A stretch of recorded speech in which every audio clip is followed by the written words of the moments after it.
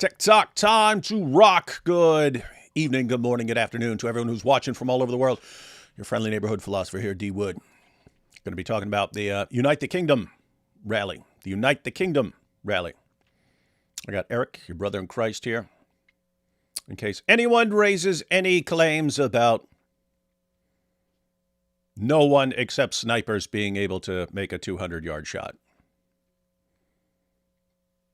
Because Charlie Kirk does come up in the rally, and I don't know why I keep saying this couldn't have been this young man. It had to be a professional assassin because no one could make a shot from 200 yards. Eric, can you verify as a gun guy that basically any 7-year-old who learns how to use a 30-06 can hit something at 200 yards? I wouldn't say that, but it doesn't take much. Would you agree that a toddler who learns how to use a 30-06 could hit something at 200 yards? Probably not.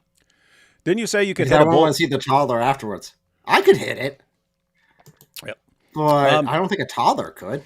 Okay, could a 22-year-old who grew up using guns and going to gun shows and stuff like that probably have no problem hitting something at 200 yards? Yeah. Yeah. So guys, the point is, there are certain things that people are saying just because they have no clue what they're talking about. So squash those things. We know who was on the building and shot Charlie Kirk. So when you hear people saying, no, it couldn't have been that guy, it must have been so-and-so, you gotta squash all their dumb reasons for saying things because they don't know what they're talking about. And we still have everyone trying to blame whoever they don't like. Anyone they don't like is behind this. All right. So, Eric, you heard of this Tommy Robinson guy? Occasionally. A little bit. Yeah. You're way too young to remember this, but back when I was getting started, there were not a lot of people criticizing Islam, and there was this young guy. They called him a football hooligan. But keep in mind, that's not what you and I know as football.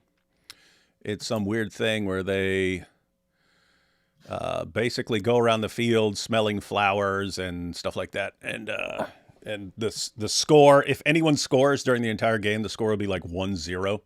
And the crowd will lose their minds for like 20 minutes anytime someone scores. Anyway, the point is, he was known as a football hooligan, but that's what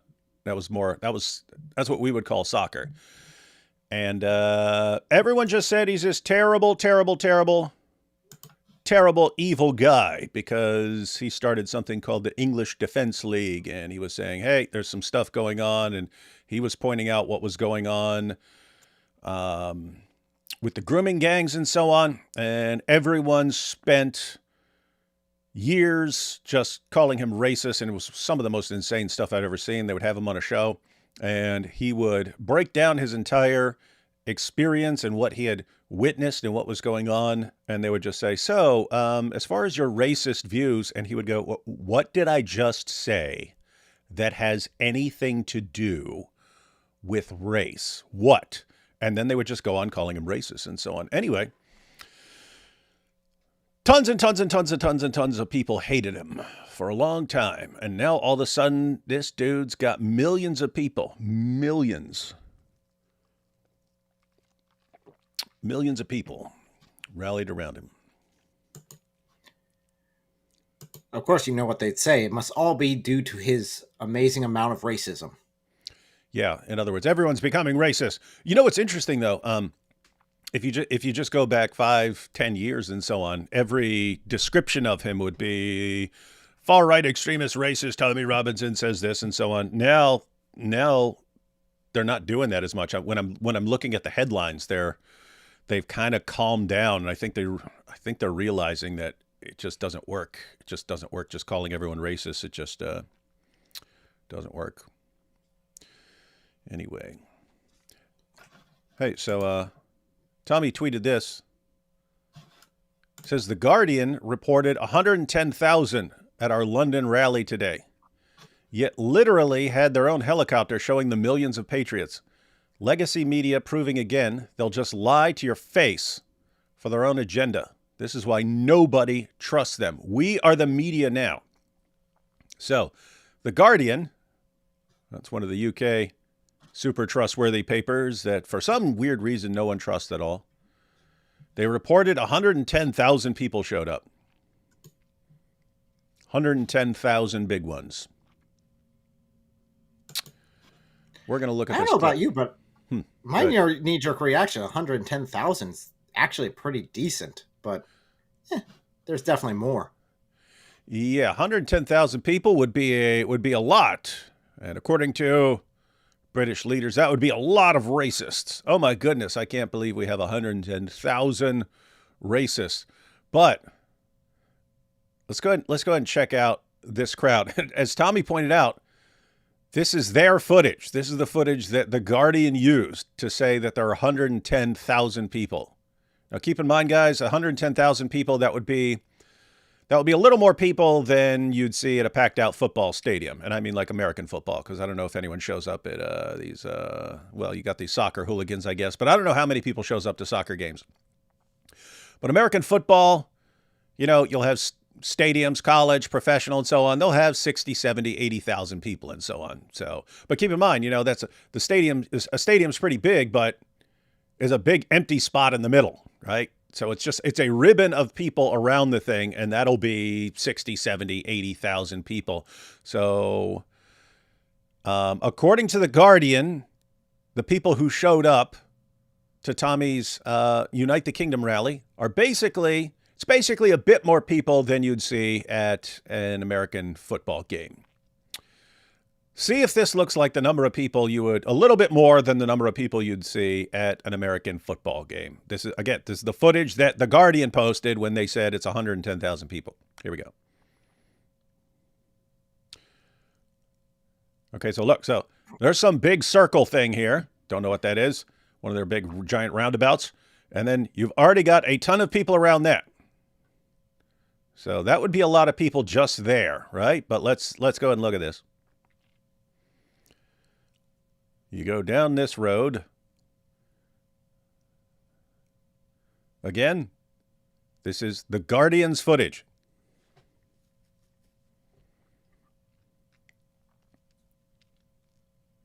Are they just not?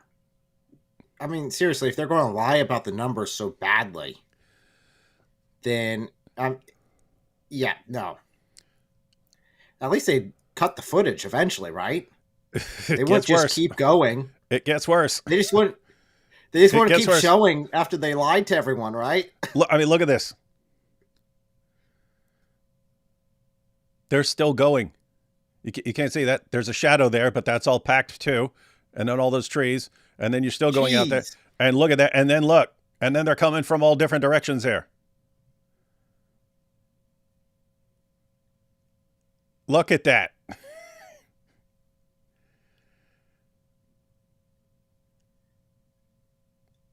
Yeah, guys, what does everyone else think? Because that looks like about at least 20 packed football stadiums full of people that we've seen there. Slightly more than a football show. Yeah, slightly. I mean, that right there, just what you see on this screen right now, is because, again, a football stadium, a packed football stadium is still a ton of empty space because you have a giant field in the middle. That already looks like significantly more people. But again, let's just scroll back and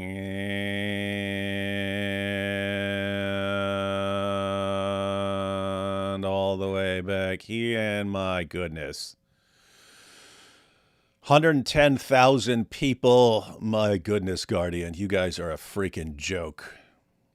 I mean, if this was it, if this were right here, this picture was all they showed, I'd still say they were underestimating the number of people, but at least it'd be closer. As soon as you start going down the road, it's gone. They blew that number out so far. And you can even see to like the left and the right, there's still people that are off the screen. Looks like there might be even another road to the left there. Yeah, that's what I mean. I mean, everything we see is jam packed. Everything we see is jam packed. And let me go ahead and scroll through this again. But so we've got all this here, ton of people here, and we don't see everyone. We just see what they're showing us. And then all the streets all along the way, jam packed. We can't even see the side streets and stuff like that. They may be packed too, for all we know. But we get all the way down here. Again, look, you got side streets there. It looks like people are on the side It looks streets like as well. Yeah. And then down here, and then all up under these trees, and then all here, and then they blow out wide, and my goodness. That's a Who's lot the of people. camera guy? Who's the camera guy? He needs to get fired. It's like he Who- completely undid everything they did because they're like, oh, there's only 110,000 people here. Let's look at the camera. Yeah, dude, just next time, Guardian, just take a picture of one little part of the crowd and then say it's 110,000. So Magical Idea says, I guess they mean 110,000 100,000 per traffic light. Yeah, that'd be more realistic. I could believe that. We have Revco saying that's whole London. It does look like all of London.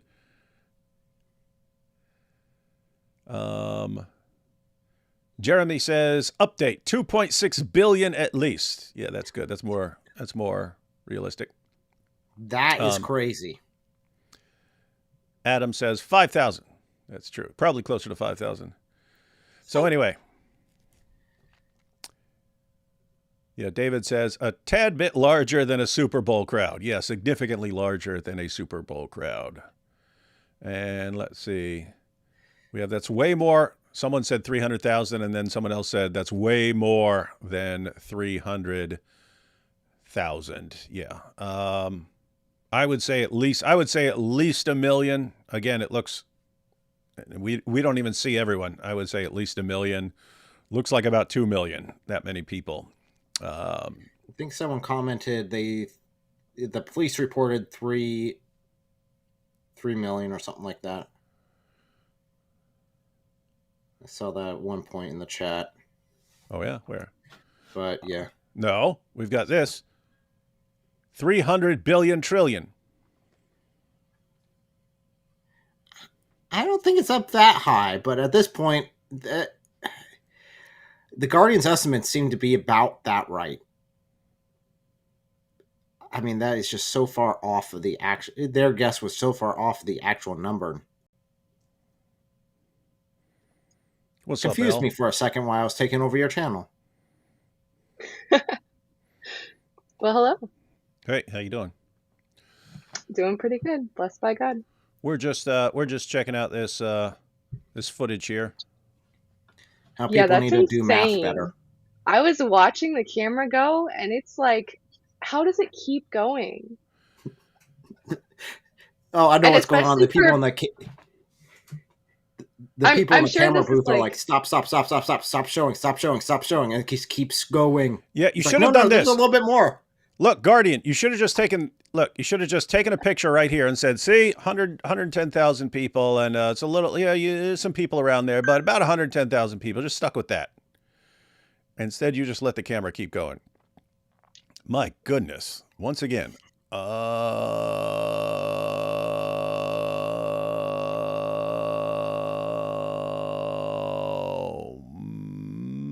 man. That's a lot of people there. Just as a point of clarification, are these supposed to be all like alt far right people? Because if that's like far right or something, that's a pretty big extreme.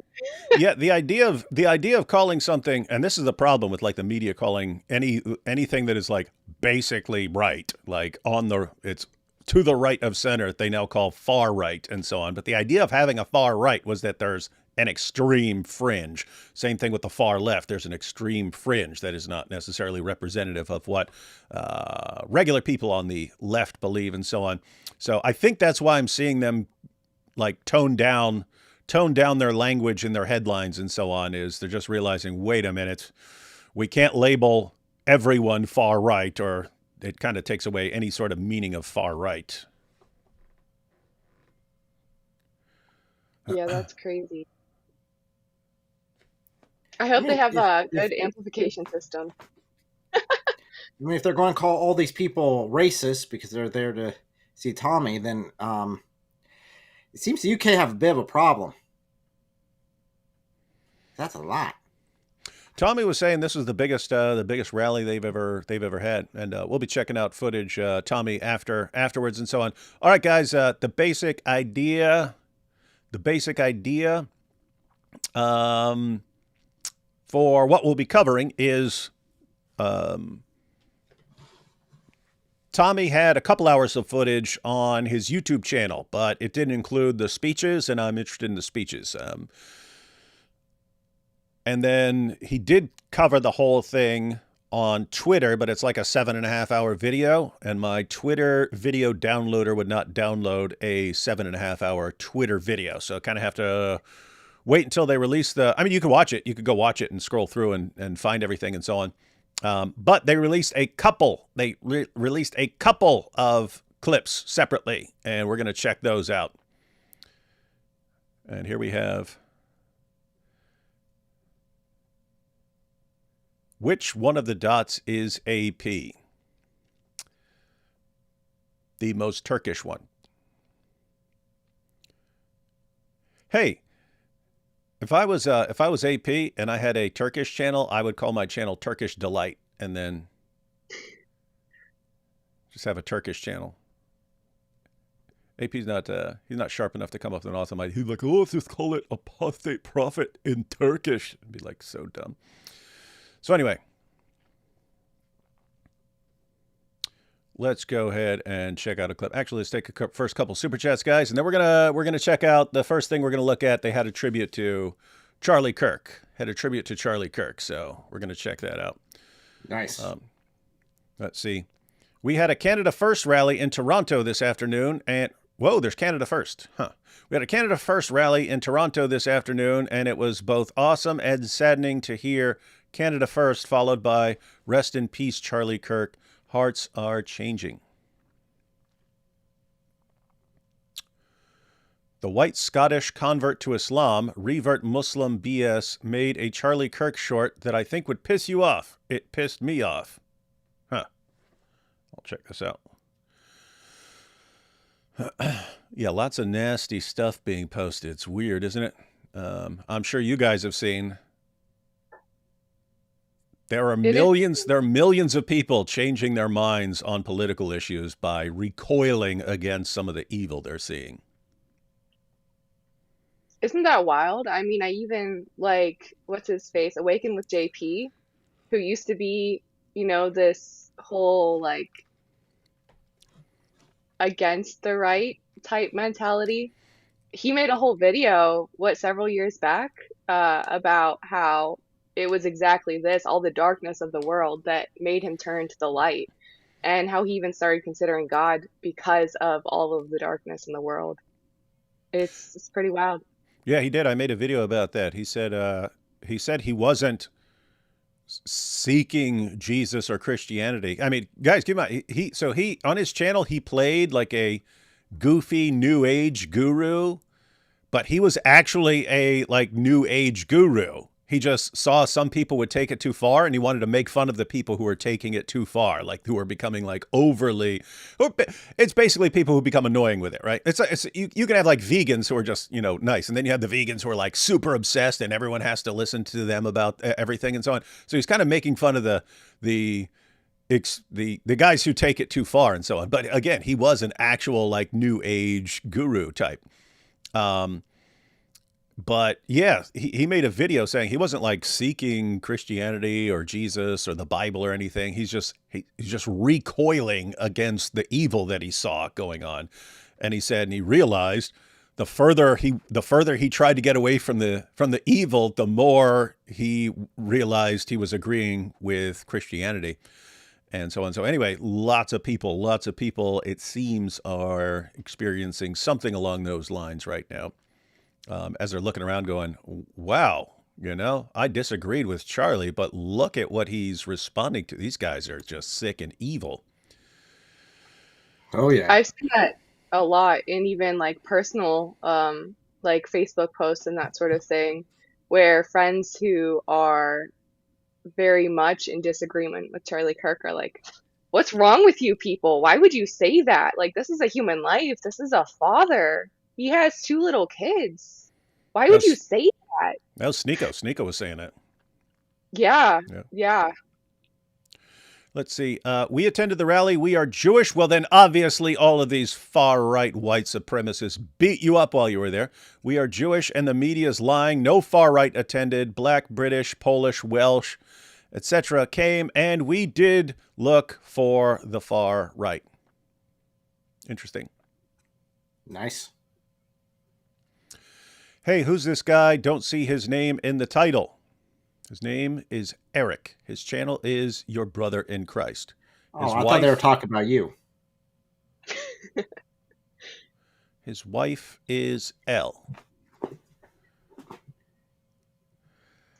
Dan Wooten, journalist, live streamed the whole thing, and it's estimated close to 3 million people attended. Yeah, I would say at least 1 million based on what we've seen. I would say more realistic than 1 million would be 2. So it basically looks like between 1 million and 3 million. But again, we can't see everyone. So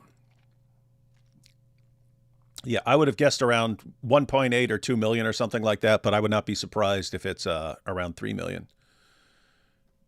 Crazy stuff, man. Crazy stuff. Again, this is a guy, he had like a small group, and then he had everyone hating on him for years, and he just kept pushing. And they'd lock him up, and he just kept pushing. And everyone would call him a racist, and he just kept pushing. They lock him up again, and he just keep pushing. And now millions of people rally around him. Pretty cool. Cool times. Riots, stores burned down, people lynched in the streets, God's representative on earth murdered, prayers singing. Oh, criminal. What is that? Criminal. You guys know what this stands for? I don't know. Mosh, I don't know what abbreviations mean ever, man. Criminal. DY. Oh, okay. I get it. I get it. I get it. YouTube blocks certain thing, like if he says dies or something like that. So criminal dies. What happens? Criminal dies. Riots, stores burned down, people lynched in the streets. God's representative on earth murdered, prayers singing, lighting candles. And yeah, Constantine, I posted a clip on Twitter about that. Konstantin Kisin pointed this out in his discussion with Piers Morgan, but Constantine pointed out, he said, notice what you don't see. You don't see people burning cities to the ground because Charlie was murdered. But if someone else dies and it's the other side that's enraged, they'll want to burn cities to the ground. And Mosh continues, this is why they cannot and will not win. They have mouths, but they speak not. Eyes they have, but they see not. D. Wood, please finish the psalm for Charlie. You guys want to check out the psalm? Yeah. Absolutely. Seems appropriate. Well, then pull it up. Eyes they have, but they see not. They have mouths, but they speak not. You have an awesome passage in Isaiah about the people who make idols, but the idols can't do anything. Let's see. Around 3 million attended, even more watching. Okay, that's more people saying around 3 million. Around 3 million attended, even more watching. It's on Islam. You have no idea. Oh, I think you mean it's on Islam. You have no idea. I was like, it's on Islam. What's on Islam? The rally's on Islam? I know some of it was on Islam, but no, I think this is it's on Islam. Now, just as a perspective thing, there are many nations out there that are smaller than 3 million. There are quite a few nations out there. So the amount of people that attended here is more than the population of some nations. That's a little dumbfounding. All of Europe showed up. Pretty much. That's what it looks like. During the Charlie Kirk special on Fox, they claimed there was a large far-right protest as nationalism is on the rise. Imagine supporting Charlie and still using the same rhetoric that got him killed on others. How self-aware. Oh, wow. So you're saying they're having a special for him and they're like, yeah, now we've got the far-right protest. Yeah, that's weird.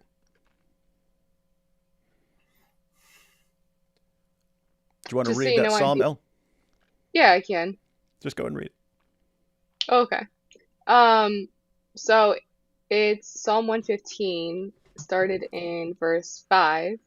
They have mouths but do not speak, eyes but do not see. They have ears but do not hear, noses but do not smell. They have hands but do not feel, feet but do not walk, and they do not make a sound in their throat. Those who make them become like them. So do all who trust in them. O Israel, trust in the Lord. He is their help and their shield. Those who make them become like them. They make their idols and then they become like them. Thank you, Lisa. Let's see. The lady's shirt color and the background makes it look like she has a very long neck. Oh. Yeah, I realized that after we started. I was like, oh shoot, like it doesn't, I'm just like blended in completely. The Guardian needs to change their name to Muhammad. That's funny. It's Guardian. Watched Elle's video on Charlie. Well done, sister. Thank you. Yeah, I'll add a link to that. This comes from Helicopter. Tommy hired so the media can't hide the numbers. No, not this one. Tommy had his own. Tommy had his own. They did have their own footage from their own, but this is actual. See the Guardian up in the corner there. That's what's funny. It's the Guardian. They did it to themselves. Yeah, the Guardian with their footage exposed their own idiotic lie, and that's just weird stuff. Thanks for that. Almost done here. False labeling by media of Tommy Robinson and Charlie Kirk. Yeah, getting kind of used to that. Dave Smith was taken back by his anti-Semitic buddies blaming Israel for the assassination, saying that a good conspiracy theory needs more evidence. Yeah, I saw that clip. That was interesting because I mean he's one of the kings of blasting away at Israel, but even he was like, guys, I'm all for a good conspiracy theory. There has to be some basis for the conspiracy theory. You can't just make up anything you want about anything. And he said, and there's no evidence, none, for this conspiracy theory. You mean Ali Dawa didn't convince him? Yeah, isn't that weird? And Ali Dawa was still posting stuff about that. It's like he did just a little bit ago. He's still going on about it. He's doing a whole live stream on it. Yeah, this is don't worry, Muslims of the world. We'll let you guys run with this, and then we'll be putting together compilations of your insane ramblings. And you may think, aha, here's another good chance for us to blast Israel, yeah? And we got people stupid enough to believe what we're saying, yeah? But the more you do this, the more you discredit yourselves and so on. And that takes a lot in the Dawa community because you guys love lies, but other people are watching, man. Other people are watching. So you do your thing, buddy. You do your thing. If the celebrity spokesman of your movement is an assaulting, lying hooligan, then your movement has serious problems. No. You don't understand how these things work. The people who are willing to stand against an entire nation screaming at them are people who they're aggressive. They don't back down. They're not as scared as normal people. In other words, they're risk takers. Guess what? Those are the people who usually end up crossing some lines and getting into trouble in their lives, right? You're not going to take some little goody two shoes. Keep in mind, it's good. I'm not being mean here, but someone who's like really good and nice all his life, and so that's not the guy that you're going to toss into a lion's den and he's going to take on everybody. He's not probably, right? So yeah, the sort of person who is willing to go to prison for criticizing what his government is doing or criticizing Islam or something like that, the person who's willing to get locked up for that sort of thing is a person who's just not scared of getting locked up. And guess what? That's probably a guy who's been in some trouble at various points in his life. So it's the people who are willing to, the people who've had things taken away from them and so on, are the people who are just willing to risk things, and you can't control them the same way you can control other people who have too much to lose. So guys, you need to be thankful for people like Tommy and not, oh my goodness, but well, look, oh my goodness, he went into the U.S. on a fake passport. You see, we can't listen to anything he says ever. Stop embarrassing yourselves. He's a risk taker. That's what they do. And that's why he's willing to fight to the death for your country, and you morons keep attacking him because you've been programmed like Beth. Just say this about Tommy whenever it comes up, and then no one will stop you from being, no one will stop your daughters from being gang raped. Freaking idiots, man. Tommy, the first to fight the grape gangs. Yeah, because guess what? Everyone else was too scared of being called a racist. Your judges, too scared. They've got too much to lose. Oh no, we can't be called a name. Prosecutors, too scared to prosecute. Why? We don't want to be called a name. Social workers, police officials, no one was willing to stand up or even talk about the rape gangs. Journalists, and then one guy from Luton. Oh, but he's a football hooligan. I mean, he was willing to lay it all on the line to show what actually happened, no matter what it cost. He was willing to pursue it and fight for it. That's what you need. You need someone who is willing to fight.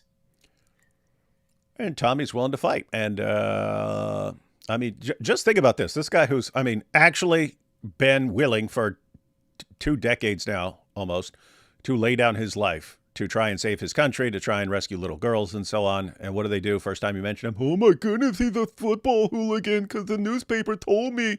Guardian, save me. Freaking idiots. No wonder. Gosh, no wonder you guys are crumbling. Do you think Charlie... What's that? Did you see what Keir Starmer posted on X about Charlie Kirk? Just insanity. Oh, yeah. Yeah, I responded to that. He's like, oh, yes, this political violence had no place anywhere, and this is a shameful day, a dark day. And it's like, you would have locked him up in 2 seconds. In fact, I'd be surprised if you guys let him in the country after he goes over there and says something. Yeah. Yeah. But he verbatim was saying we must all be free to debate openly and freely without fear. And it's like, what a joke. Yeah, that's what you have. I mean, it's basically the Labor Party, especially Keir Starmer. They're looking at their approval numbers and so on, and they're realizing, oh my goodness, the next time we get anywhere close to an election, we are about to get crushed. So let's keep saying the opposite of everything we've been doing. Everything we've been doing and every policy we clearly hold, let's say the exact opposite up until the next election. And people fall for it, but you can see there are a few million people who aren't falling for it. Let's see. Do you think Charlie can see what's going on from heaven? What is the theology around that? I am not sure. I don't know. I can think of a couple of passages that suggest you can see things and so on, but yeah, I don't actually know. Yeah, so that is definitely a gray zone. Or is it like immediately end of days, you're there with the Lord outside of space and time, but you can still see what goes on within time? Don't know. Mayor Khan tried to stop this. He failed. Did he try and stop it? If so, yeah, he failed. The Charlie Kirk incident has created thousands of new Charlie Kirks. His message will live on. Yes, it will. Babylon B was about that. About which one? Oh, yeah. Yeah. Muhammad's Muhammad was torn, but by the men of Al Zut, you see. What's wrong with you people? It's a serious show. Sneeko and Dave Smith both questioning their lives. Yeah, that is. Yeah, matter of fact, that is the. I was just thinking of them like reacting to evil fans and associates and so on. But there's also the thing like they seem genuinely affected by this. Like what are we a part of right now that these are the guys that are supposedly on my side. They seem evil. Interesting. I just did a video, just of going through a bunch of the leftists that got fired because of what they've been posting, and just celebrating the assassination and all that. And at the end, as wrap up, that was one of the things. It's like, okay, they need to realize whose side they are on. And I played the older clip that was from a comedy. It was Germans talking to each other during World War II, and one of the guys points out, says, "You see, we got skulls on everything." Heinz, are we the bad guys? And that's kind of where they're at. Yeah. Are we the bad guys? We're the ones shutting down people just wanting to have dialogues. Where'd you say that was from?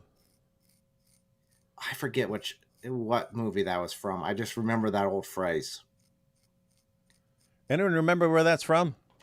That would be funny to put it in a clip. You could just make a little clip with Charlie Kirk, and then little clip with Sneeko, and then that clip that you were talking about. It's on YouTube. I found it pretty easily just by... Oh, they're calling it Are We the Baddies? Okay, so a lot of people Are We the Baddies is a clip. A lot of people are familiar with what you're talking about. We're not going to watch it here, but I want to make a note of it because I'll check it out. Are We the Baddies? Yeah, it fit Eric's video that he just released really well because it was everybody freaking out, and then it's like, wait a second. Yeah, so they are completely fine with someone being shot and killed because of the things that person said. But if they're fired for what they said, then it's the end of the world, and they start crying and just weeping on screen, inconsolable, and crying that it's unfair and this is just an attack against free speech because they're getting fired. It's like, wait, hold on here. Yeah, it's weird. They suddenly become free speech heroes when they're getting fired for celebrating someone's death. Guys, let me just clarify what cancel culture is. Cancel culture is, oh, you said this thing on social media when you're 15 years old and now you're 25 and we've looked it up and we can use it to get you fired. Now, ha ha ha ha ha, we've got the power over you. It's not, because keep in mind, I think, in my mind, oh, yeah, it's kind of messed up to take what someone's saying on social media and then get them fired for it. But what are these guys getting fired for? They're getting fired for saying, yeah, it's great to kill someone you disagree with. And it's great. You got to kill these people. You got to shoot them. You got to murder them and so on. It's like, oh, that kind of does make sense that your employer should know about that. If you think it's okay to kill people. Yeah, I wouldn't want someone like that working for me. I don't care. If I was managing a McDonald's and I had an employee whose only job is to, cook fries or something like that, and I found out this guy believes in murdering people he disagrees with, I don't want you making the fries here, man. I do not want you making the fries here because I don't trust you. You might show up and massacre someone over a disagreement. Yeah. Yeah, it's from every walk of life. Many of them were teachers that were fired over this. Even some of the people that were, I forget, it was like I forget what the store was, but it was one of the managers at the store. It's like it's not Staples, but it's similar to Staples. Oh, Office Max, or Office Depot. I think it's Office. Yeah, it's one of the Office ones, Office Depot or Office Max. Yeah, that one. And they came in to get the flyers, and they ordered the flyers and said, "You can't do propaganda. We're not doing propaganda." It's like it's just a picture of him. For a vigil. It was for a vigil. Yeah, that's so screwed up. They want to have a vigil, and they're like, "We're not printing that propaganda here." Anyway, that person got fired.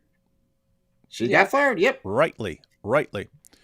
Couple more, and then we're going to jump into a video.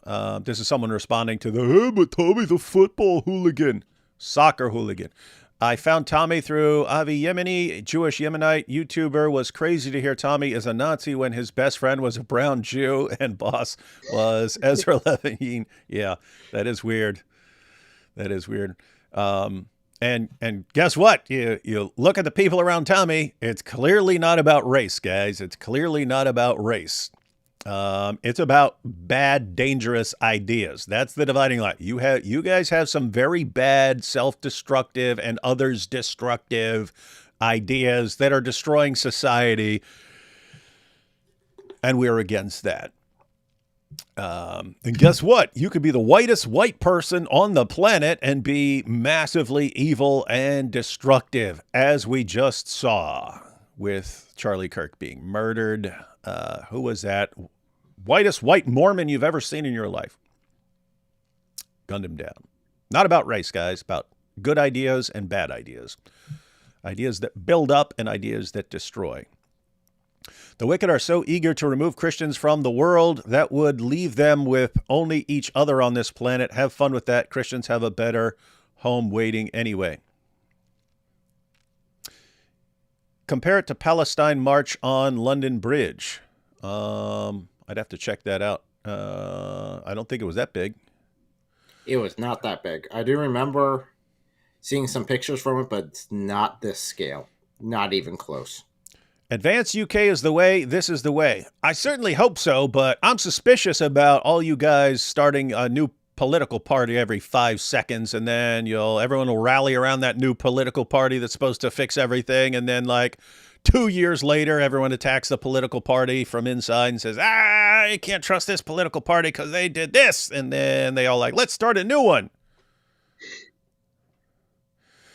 Support AP and D-Wood and Turning Point UK and Turning Point USA. Does anyone know if because there's Turning Point UK and Turning Point USA? Are there Turning Points elsewhere?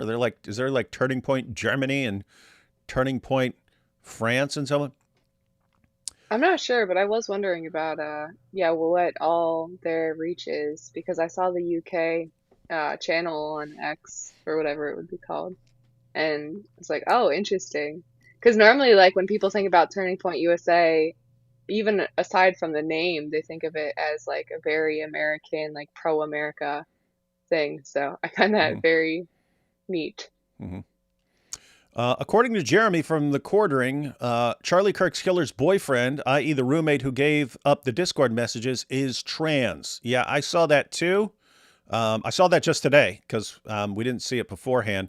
But it's actually interesting because Eric, we were on your channel day before yesterday, and then I discussed things on my channel yesterday. But so when we were on your channel, it was actually before. That was before anyone had been caught, right? And we're just trying to piece together our thoughts on who this was and so on. And it was everyone said, "Oh, it's the Jews. No, it's the American government and stuff." We're like, okay, look, the first thing you need to look at, who does this guy tick off most? Probably someone from that camp. So go down a list of people this guy really ticked off and start looking at that.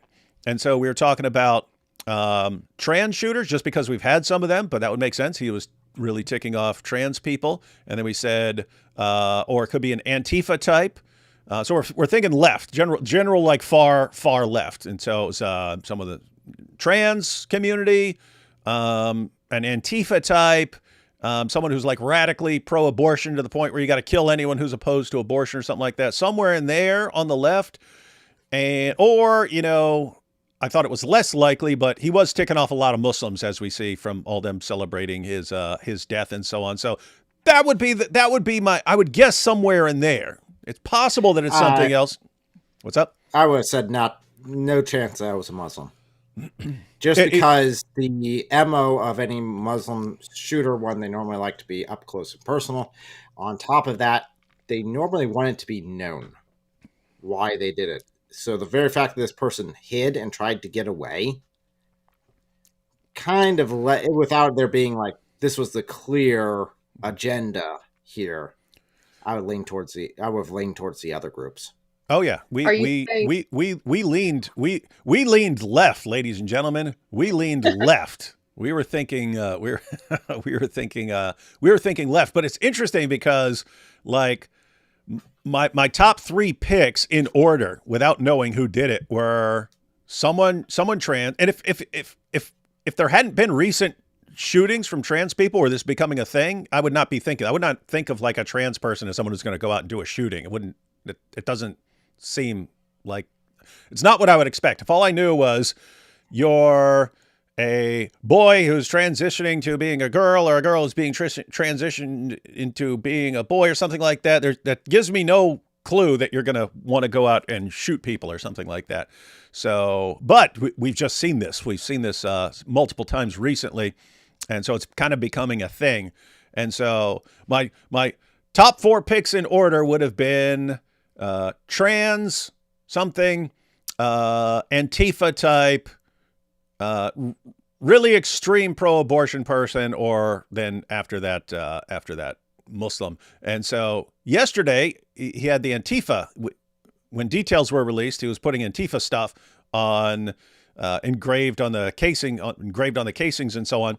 So it's like, oh, he's in the Antifa category. But now it's looking like got something to do with the trans issue as well. So might actually be both. He might be an Antifa type who's in love with a trans person or something like that, and so could be connected to both. Yeah, so on the casing, I think it was "Catch This Fascist" was what was engraved in it. And again, that just puts forth who was calling him a fascist. Because whoever was calling him a fascist, those people might have influenced the shooter a little bit. Because he got that idea from somewhere. It didn't just pop out of nowhere. So the buck stops with someone. Yep. All right, we got some more super chats and stuff, but I don't want to take too long with that. So we'll get back to those. Want to jump into a video. So this is sort of Charlie Kirk. I don't want to say vigil, because it's short, but anyway. Memorial? Yeah. This is them remembering. Yeah, this is them remembering Charlie Kirk. So let's go ahead and check this out. In all of our millions that are here today, and the 1.6 million people that are watching live, say a thank you and honour the life of one of our generation's greatest. A man who inspired a generation of young men based on courage and based on faith. Let's play this little film. That's awesome. There are people there with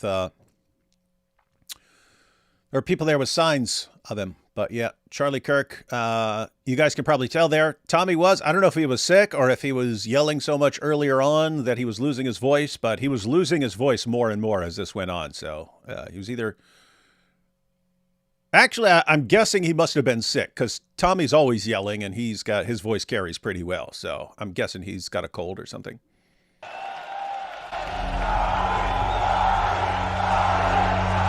What advice do you have for me as I move into adulthood in order to become a more informed and involved citizen? Well, first of all, thank you for being here, and I have hope thanks to people like you. How old are you again? 13. 13.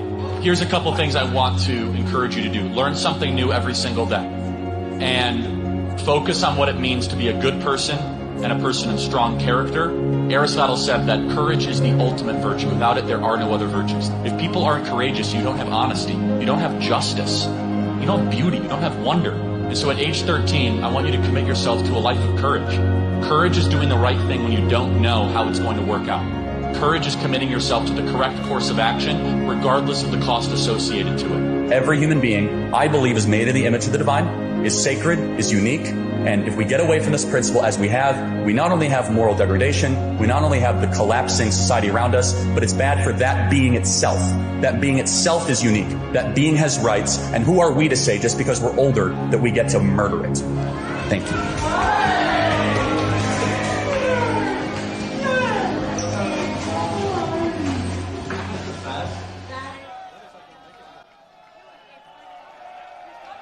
That's well said. Yeah, that was good. We might come back to that later on for anyone who wasn't here to check it out. But yeah, they played that little clip of Charlie, and we'll see what happens now.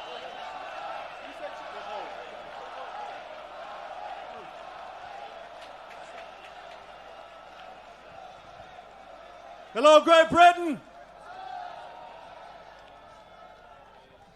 You know, I keep hearing online a lot of folks saying the UK's cooked.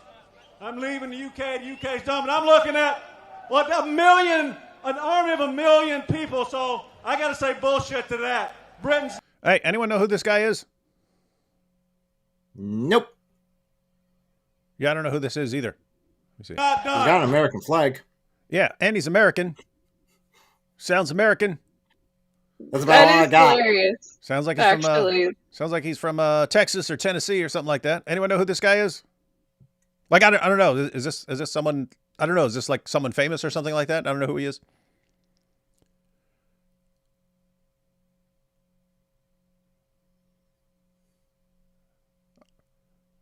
I'm looking and I'm seeing people post names, but I don't know if they're joking or not because I don't know. Hang on. Let's see.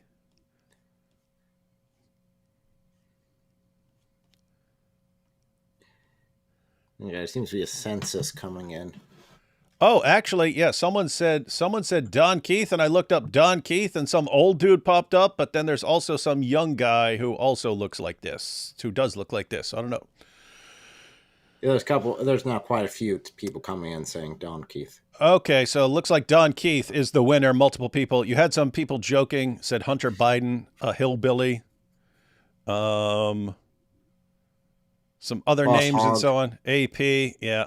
But yeah, a bunch of people said Don Keith, so definitely seems like Don Keith, but let's go. Britain's not going anywhere. Now, my name's Don Keith for any of those who Why? don't I could know have just me. played that. Tommy Robinson and the folks who put this together are giving me the great honor. Can you imagine I stop it and then we spend like 3 hours figuring out who this dude is, and 2 seconds later he said it. I'm Don Keith. Anyway. Of singing our national anthem for you, and it's one of the honors of my lifetime, so I want to thank you for that. Wait, And which I national wanna sing anthem? This today, I want to do it to dedicate it to Charlie Kirk, great man that was taken from us way too early. I think it's American. This is the man who created a platform to people to come and debate the right way civilly, which is what free societies are supposed to be all about, and they took him from us. They killed him for it. And so that's what we're up against. That's the evil we're up against. But I'm going to sing the national anthem right now, and I thank you all for that opportunity. The U.S. anthem? I think the Russian anthem.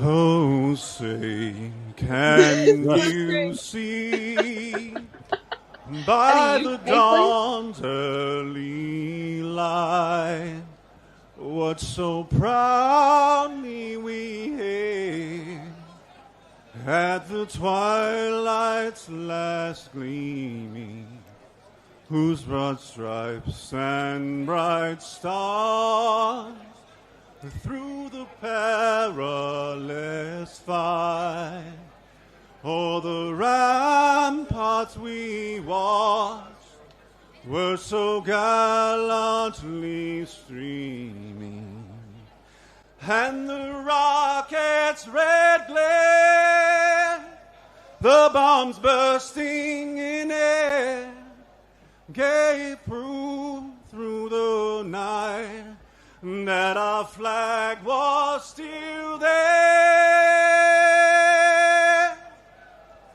Oh, say does that star-spangled banner wave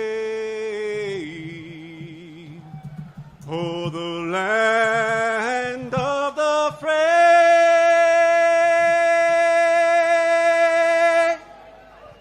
and the home of the brave. Thank you all very much. I love you all. I love you. God bless Great Britain. God bless America. I'm Don Keith. Thank you. Hey, yeah, this is what I was thinking. So the Ninja in Converse says, did they sing the anthem of the UK? I think you mean in the UK, because this, yeah, because this song is about being attacked by England. Yeah, wasn't this? I was about to say, I know the origins of that song, Hang and on, it's like, yeah, wasn't this the War of This is 1812? interesting. Hang on, wasn't this the War of 1812, which was against England? Hang on, I gotta know. it was against Britain. He was on a British ship, and it was one of the forts that the British were trying to take. And the dawn came up, and the flag was still there, and that was the inspiration behind it. was the fact that the British couldn't take the fort. And I got mixed feelings. Hang on. This is Yeah, odd. everything about Me this too. is, Me too. like, I'm This like, is weird. it is. Weird. It is, and I guess the point was it's like honoring Charlie Kirk, who has had Turning Point USA and Silva Lucinda. But to me, like if you grew up, this is before you guys' time, but if you grew up in the '80s and you're watching wrestling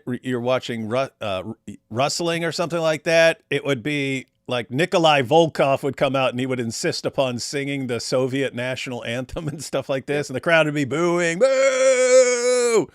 And so that's what's like in my mind. But then, like with the Star Spangled Banner, let's check it out.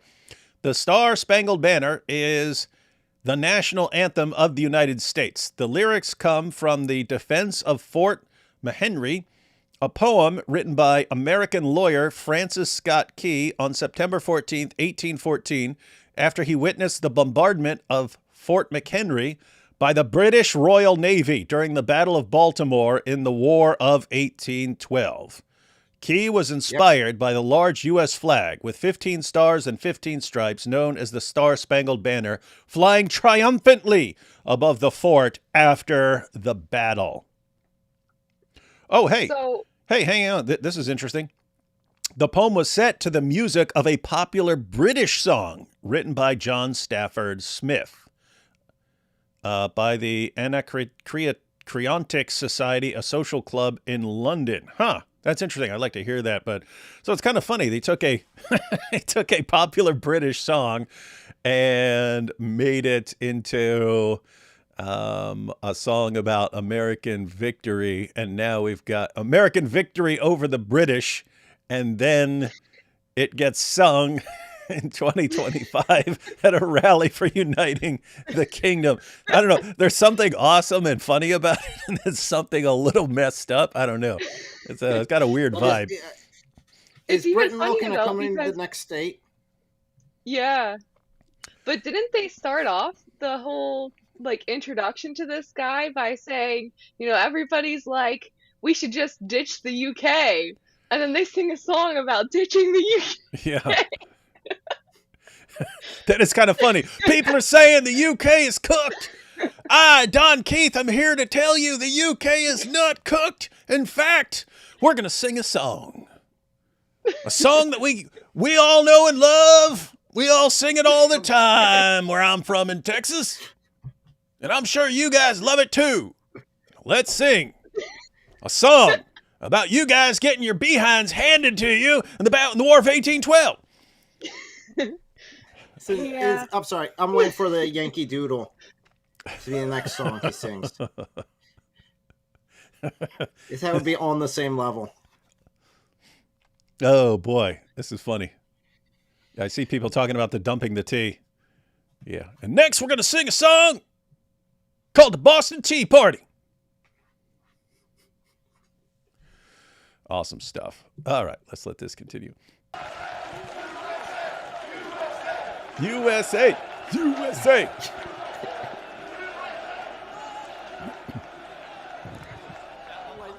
Well, this is definitely going against my expectations so far. I have to say, isn't it interesting, like, that the people who want to... It's interesting, like, I think people are realizing that, okay, we've got the U.S. and we've got Canada, and we've got the U.K., and we've got Germany, and we've got France, and we've all had our differences in the past. But in each one of these places, we've got all the forces that are trying to preserve and restore. On one hand,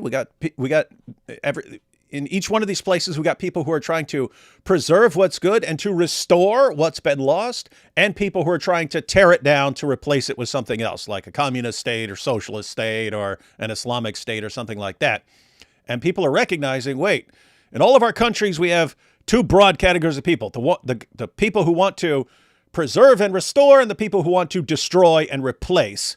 And I think they're realizing, wait a minute, those groups align no matter what the country is, So the Canadians who want to preserve and restore Canada are very similar to the people in the United States, very similar to the people in the UK, very similar to the people in Germany, very similar to the people in France. And the people who want to destroy and replace are also very similar in Canada and the US and the UK and France and Germany. And I think people are realizing, wait a minute. We're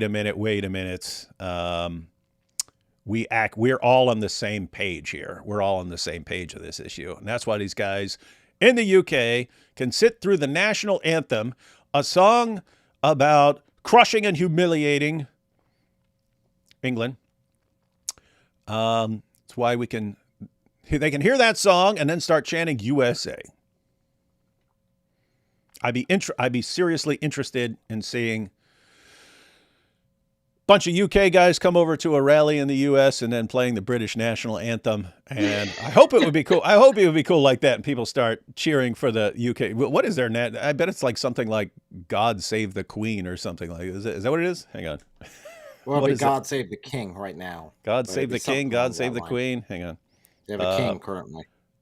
UK national anthem. Oh, it is. God Save the King. Thought so. Oh, also known as God Save the Queen when the monarch is female. So they change it depending on who their royal overlord is. Okay. All right. Let's let this continue here.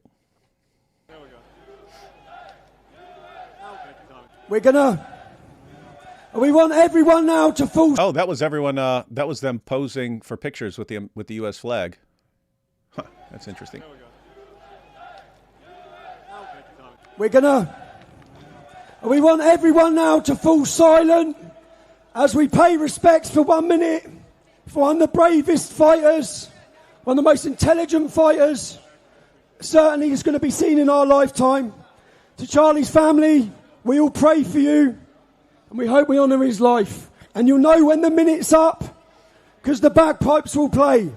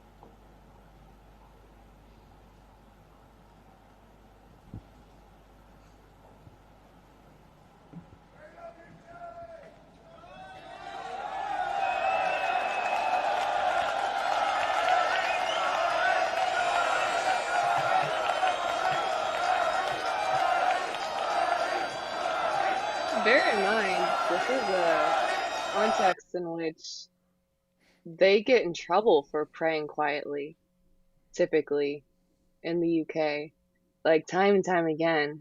And all these people gathered together to not necessarily all pray, but certainly some of them boldly, publicly, quietly praying together. It's pretty cool. It's weird. It's like the main obstacle, the main thing that's being used to subjugate Great Britain is just their like fear of being called names, or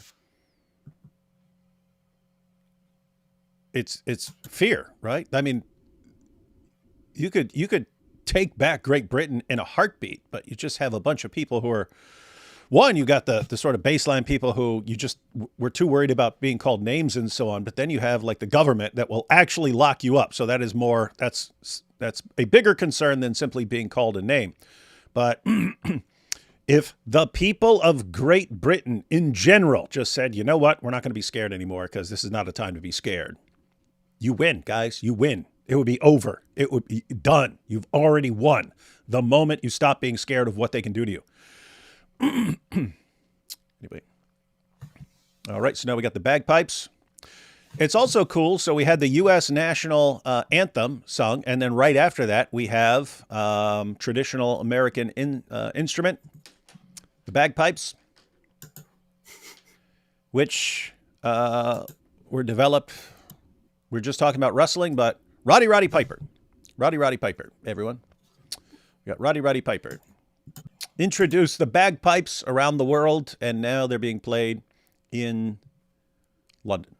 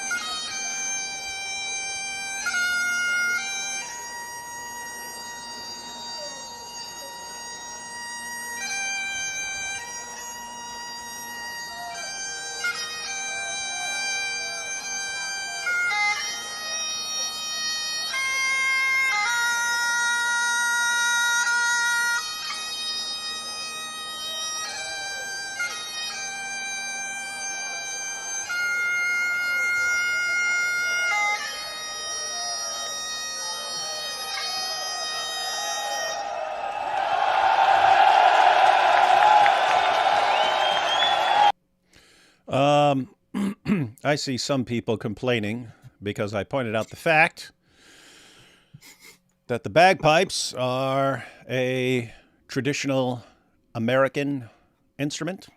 And they're saying, no, it's not true. It's not true. Well, how do you explain this, guys? Huh?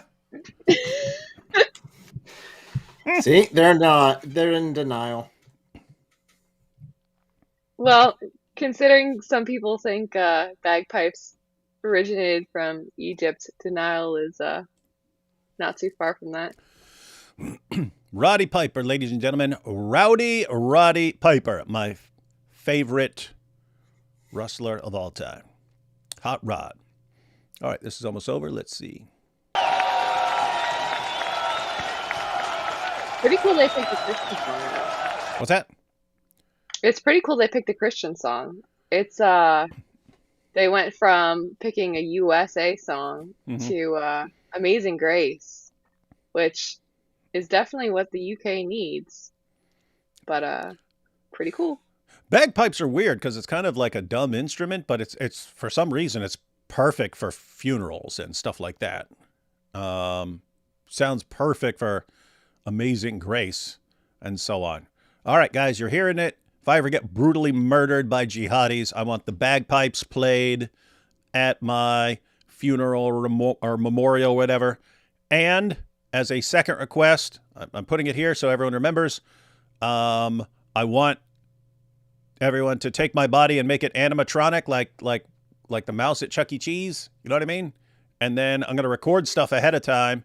And at my funeral, I want my animatronic body there, but like audio coming out and saying stuff. And I know it's going to be creepy, but I don't mind being creepy at my funeral. And play the bagpipes. So you have my wishes now for my funeral. And remind whoever's in charge of my funeral, remind them that I have declared this and play this clip for them. So they get it right. And if they don't get it right, then show up and protest at my funeral. Protest. You're calling for a protest at your own funeral. If they do not make me animatronic in accordance with my wishes. Lots of people will put some fingers together. Charlie, Charlie, Charlie. Even in the UK, man, they love Charlie. Yeah, When you one of the hear people videos- talk, What's that?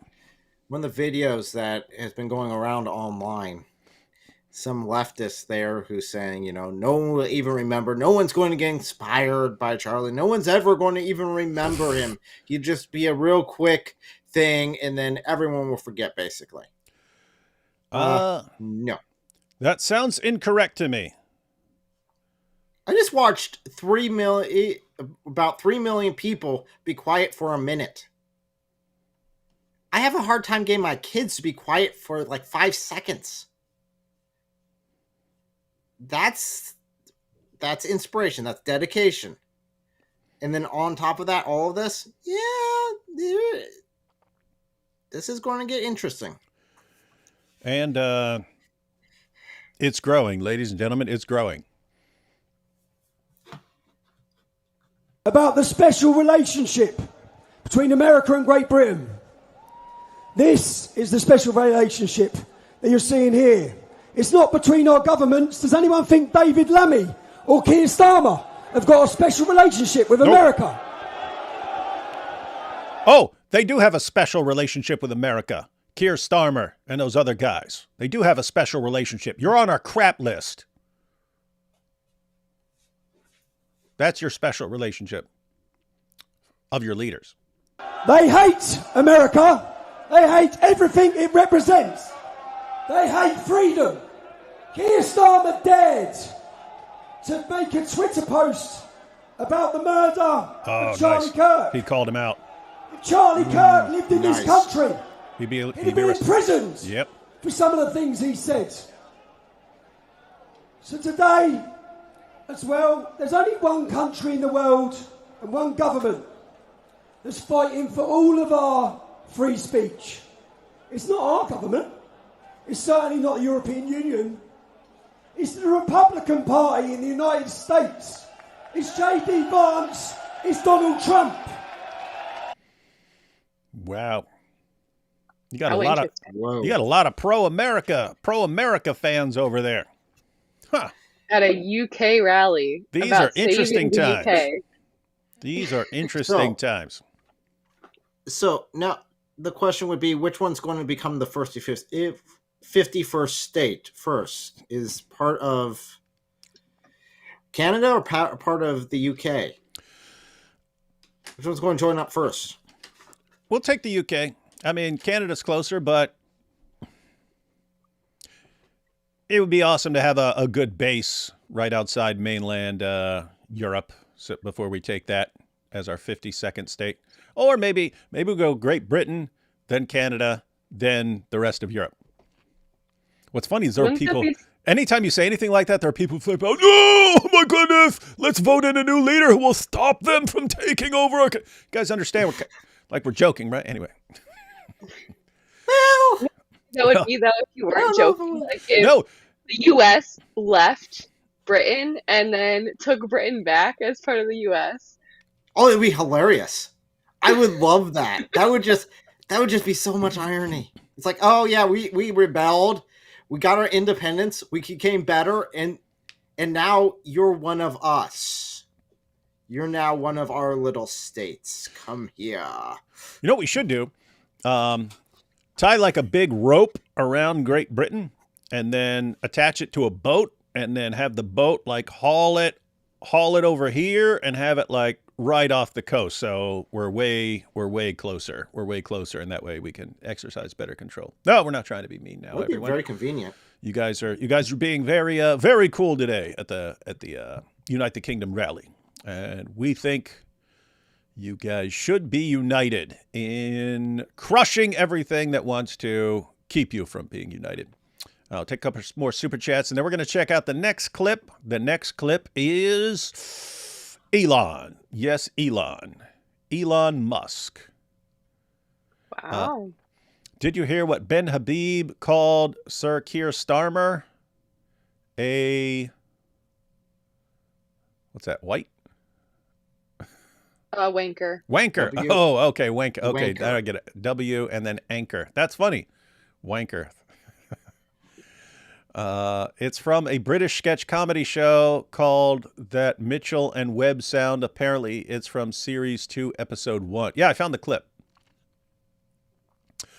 From DK, no message, thank you. Valentina Gomez sent her video message. No, she was actually there.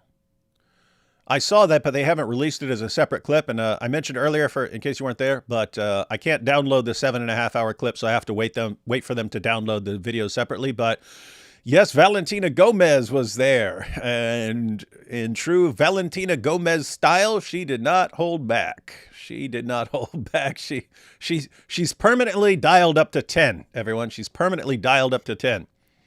But yes, she went out there, and I actually checked that out because I wanted to get that. I wanted to get that clip. But yeah, she said basically. Well, I won't even repeat what she said because let's just say she stayed dialed up to 10, ladies and gentlemen.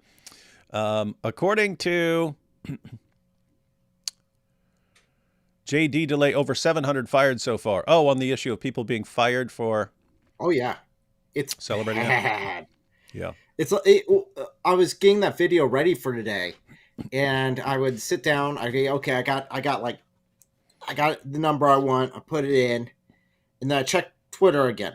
It's like, oh shoot, now there's like 20 more people. Oh man, I got to include that one. I got to include that representative. Okay. And every time I check, there's always more. It's an endless stream of just consequences coming home to roost. And there's a lot. Anyone can just type in FAFO, and tons of them are popping up. As far as I'm interested in like the Valentina Gomez, because she's pretty extreme for America, and we have a higher concept of freedom of speech here as far as what you are allowed to say. And stuff that you can still say very easily here in the U.S. will just get you locked up in the U.K. That's been pointed out a bunch of times. But she's saying stuff that is like considered extreme in America. So I'm wondering what people in the UK think. They're definitely not used to that being said at a huge rally. And she went ahead and said it all. Yes, France, Holland, German, Hungary, New Zealand, Poland, Hungary. We had many leaders. The Polish guy was ferocious. Love all things Tommy. I must concede that anyone who watches soccer and calls it football is a criminal. Everything else is great. And was Young Bob there? Yeah, I didn't see Young Bob, but I was kind of scrolling through it because again, when you have a 7.5-hour Twitter video, it's like, you know, every little bit you scroll, you're scrolling through like 15 minutes and stuff like that. So I didn't see Young Bob, but I didn't see a bunch of things. So we'll see. Let's see. I attended the rally and the police blocked half of us from going any further to the meeting point and directed us to the counter protest. Wow. I did see various counter protests. There were the Free Palestine counter protests. There was the women against women. It was women against the far right or women against fascism or something like that. But they had multiple counter protests. My goodness, get a life, people. Carney acts like a social justice warrior every time Israel does something, but has been silent this week. That weird Canadian name gave his condolences to the Kirks and the American people. That's the guy who would have been the Prime Minister of Canada, but wasn't because Trump was going around saying he's going to make Canada the 51st state. And everyone's like, let's get a leader who's not going to go along with this. It's kind of weird. He actually affected, just by running his mouth like that, he affected the election in, because that other dude with that weird name, he was set for like landslide victory. And then Trump's like, yep, well, it's going to be great with the conservatives in charge up there because then we'll make it our 51st state. And everyone's like, no! And then Charlie has inspired me to work hard like he did until the next election because we need a new PM. Yeah, you guys do. you guys do up there. Trump tweeted about revising the Smith-Mundt Act, blocking government from using propaganda on citizens. Obama repealed it in 2013. Everything went crazy. Yeah, that's about like the media lying to people and so on. I've seen people wanting to rename it the Charlie Kirk Act. No taxation without representation. Darn right. We will throw your smelly tea into our stinking harbor. Nothing you can do about it. America. Hell yeah, for Charlie. Yeah. Founding Fathers looking down right now. What was that? Oh, wait. I got to look at the emojis. Founding Fathers looking down right now. That's funny. I wasn't paying attention to the emojis. The emojis were the point. Keith just reminded the UK their government was the baddies, lol. That's funny. Now play the War of 1812 song by Arrogant Worms. I'm not playing any songs in here. That's a way to get a copyright. Sometimes they'll just take your stream down midstream, but I will check that out later. Arrogant Worms. Sounds like a Canadian band. Singing it with no care for past context is very American. Oh yeah, that's funny. Singing it with no idea what the past. You're just like, what are you talking about? This is American song. Yeah, we're here. We're representing America here. Let's play this song, and I don't even know this is about us kicking the crap out of you. Yahoo! That's funny. That is like stereotypically American. We have no idea what other people. It's cool. They ran along with it. They ran with it. They didn't flip out and storm the stage or anything. The only thing that would have been funnier for them to play would have been Yankee Doodle. That'd have been good. Right. Imam al-Sofat. She fights the battle of the Bulge just to get out of bed. Very rude. Very rude. Did you see the New Zealand preacher just after the Haka Awesome art? Nope, I didn't see that, but I would be interested in that. That would be kind of funny. We need to turn the UK into a vassal state. After a period of time, we will turn it back over to them, but tax their tea at 100%. It's only fair. 100%. 100%. No, 1,000%. We will teach them. I'm just going to lay this down. People of Great Britain, drink coffee. That will fix like half your problems. Drink coffee. It has way more caffeine. And you will crush all those who are trying to destroy you. One of the first speakers, New Zealand pastor, said if King C doesn't become the defender of the faith, who's that, King Charles? King Charles doesn't become the defender of the faith against the Commonwealth countries, will pledge allegiance to the U.S. instead. Oh, the Commonwealth countries will pledge allegiance to the U.S. instead. As they should. As they should. What did the founding fathers say? Huh? What'd they say? The Declaration of Independence. When in the course of human events, it becomes that it's hey, we understand we're connected to you, but if it becomes too much, boom, we're declaring independence. When in the course of human events, it becomes necessary for one nation to dissolve the political bands. I don't remember. I remembered it. I had it. The political bands which have connected them with another, and to assume among the powers of the earth the separate and equal station to which the laws of nature and of nature's God entitle them. Something respect.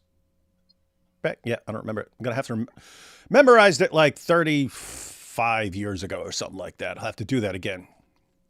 David, you need to work on that a bit so you can go to the next rally. Well, I know you're like technically not able to go to the next rally, but it'd be super funny if somebody got up on stage at the next one and started doing the Declaration of Independence. If they become the 51st state, then yeah, he can. I remember after that beginning, then it's, we hold these truths to be self-evident, that all men are created equal, that they are endowed by their creator with certain inalienable rights, that among these are life, liberty, and the pursuit of happiness, that to secure these rights, governments are instituted among men. And then, so anyway, you have all this stuff. And then they got this long list of things, reasons they can't stand that British tyrant King George. Well, that and he was just crazy. That didn't Stopped to go talk to a tree thinking it was his cousin. People have used Grok to analyze that video and calculate density, etc. It said 300,000 to 350,000 people. Agree, it really looks like more, but millions? Yeah, again, you can't process that many people as far as like counting. So I'm counting like football stadiums. That's what I'm doing. That looks like about the number in a football stadium. Okay, you've gone a little farther. That looks about the number of people in a football stadium. Okay, you're going farther. That looks like the number of people in a football stadium. And so that's kind of what I would be surprised if it's under 1 million.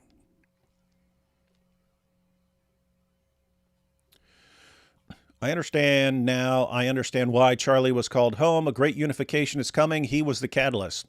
And guys, do you want to honor Charlie Kirk and his memory and so on? This would be the way to do it right here.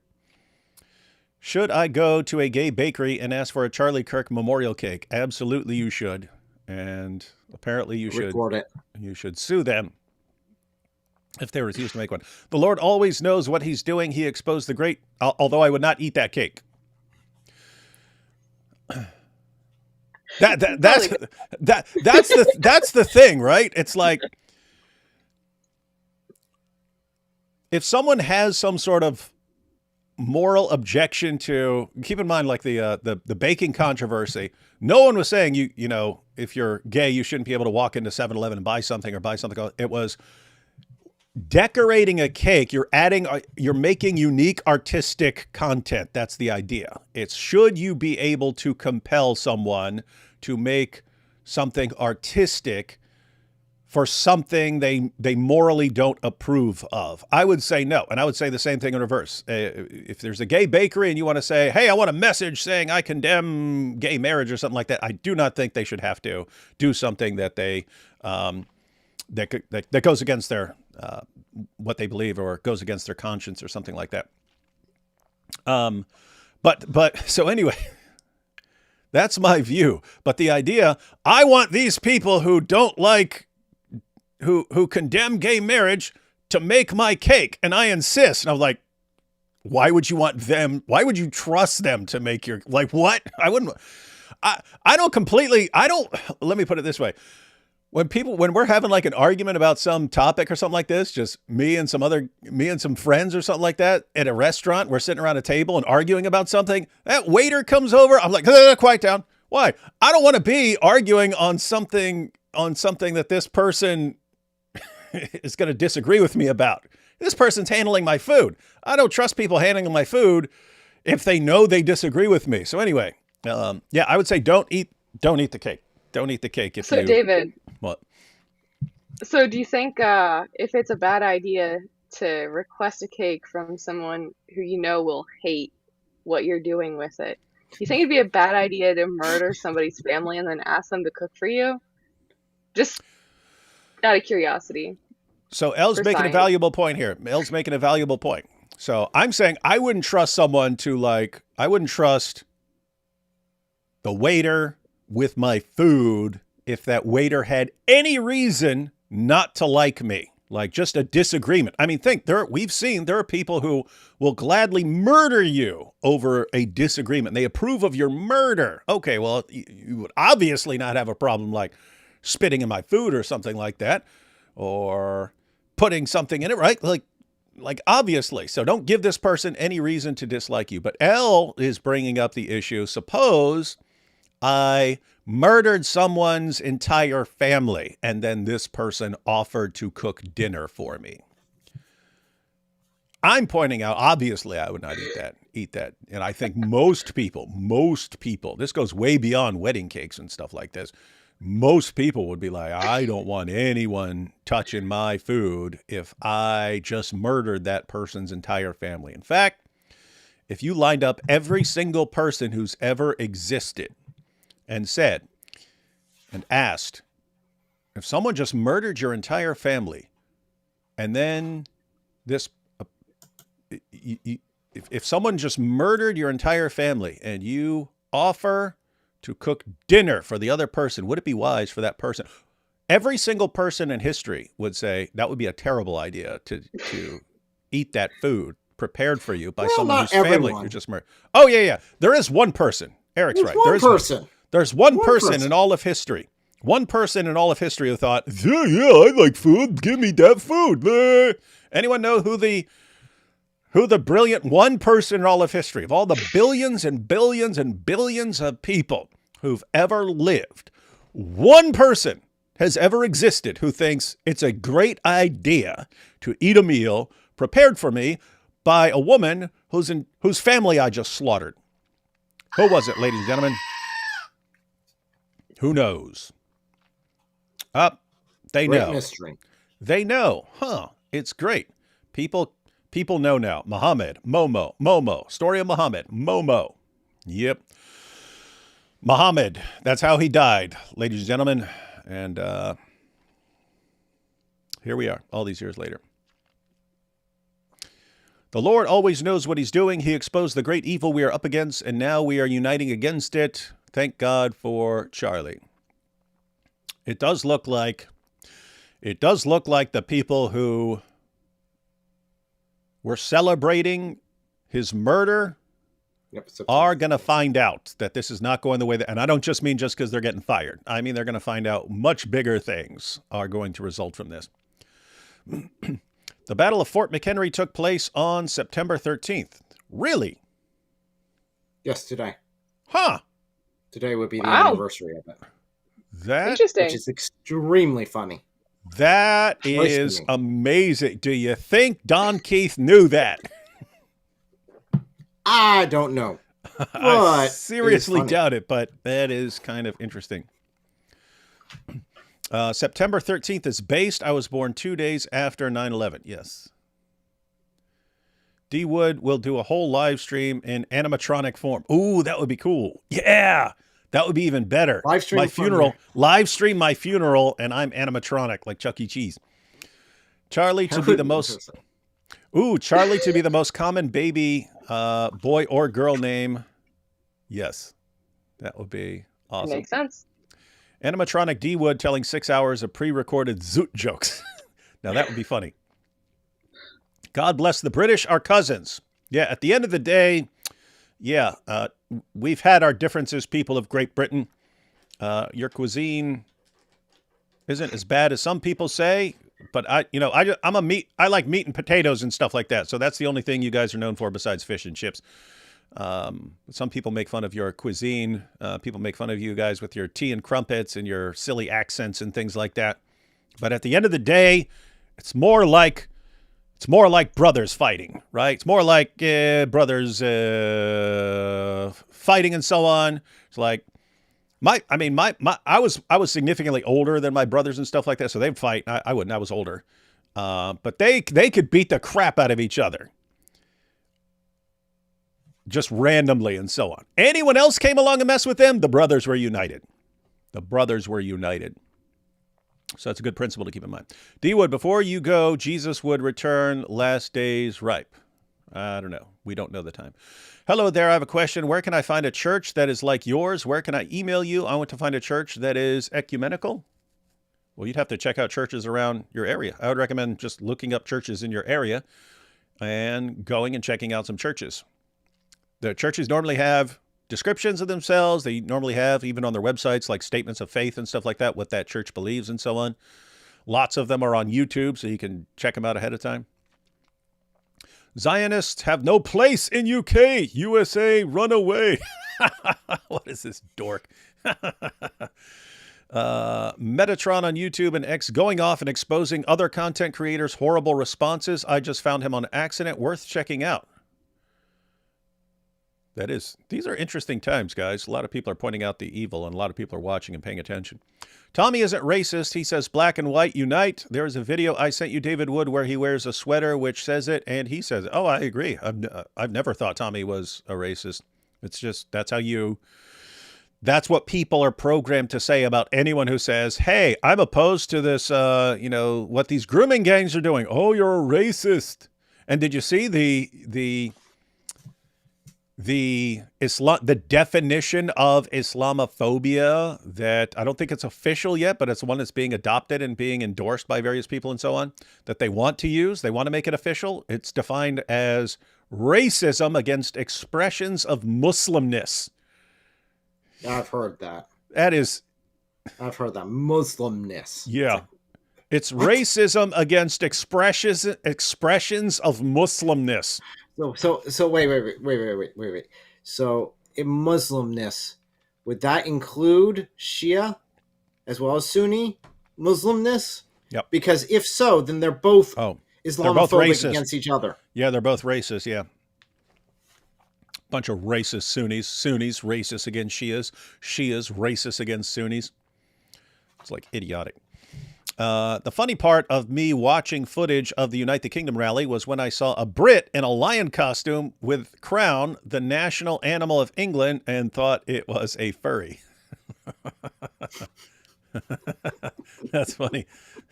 The furries showed up to our rally. What are we going to do? People are going to think this is a furry rally. Our Union Jack Loyalist song, can you play that song? It's not copyrighted. Why am I going to play some weird British song here? Didn't realize how eloquently Charlie shared the gospel so many times. As painful as this is, people will look him up and see the gospel shared. That's true.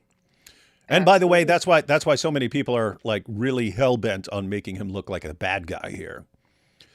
Most relevant part. I really have to stretch because all the stuff that I have seen so far sent to me or commented to us, it's always stuff that's taken out of context. For sure. It's got to be vastly taken out of context in order to isolate it, just to try to make it seem racist. And even then, some of the times that they send stuff to us and it's like we listen to it, it's like, well, yeah, I actually agree with everything he said there. What's the problem? It seems pretty basic. Yeah, it's funny to me when they accidentally send the context along with the thing they're trying to take out of context, and it's like, yep. Oh, that's interesting. Yep. Oopsie.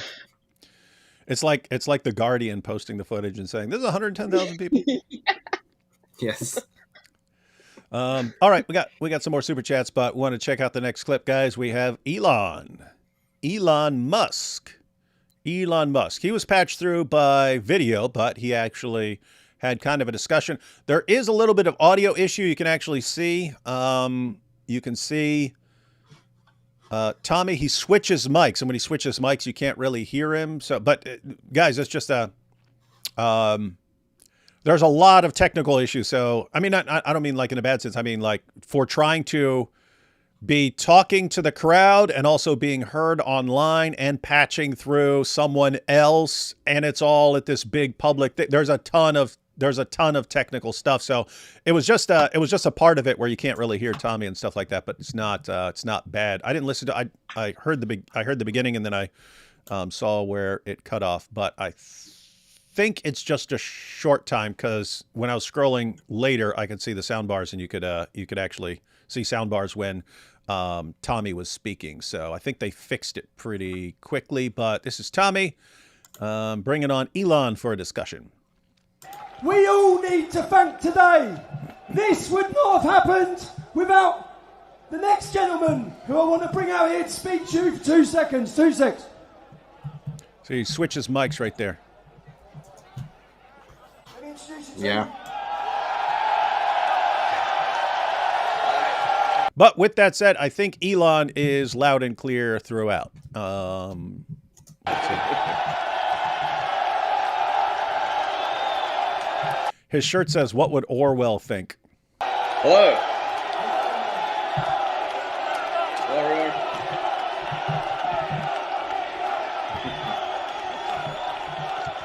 All right, congratulations.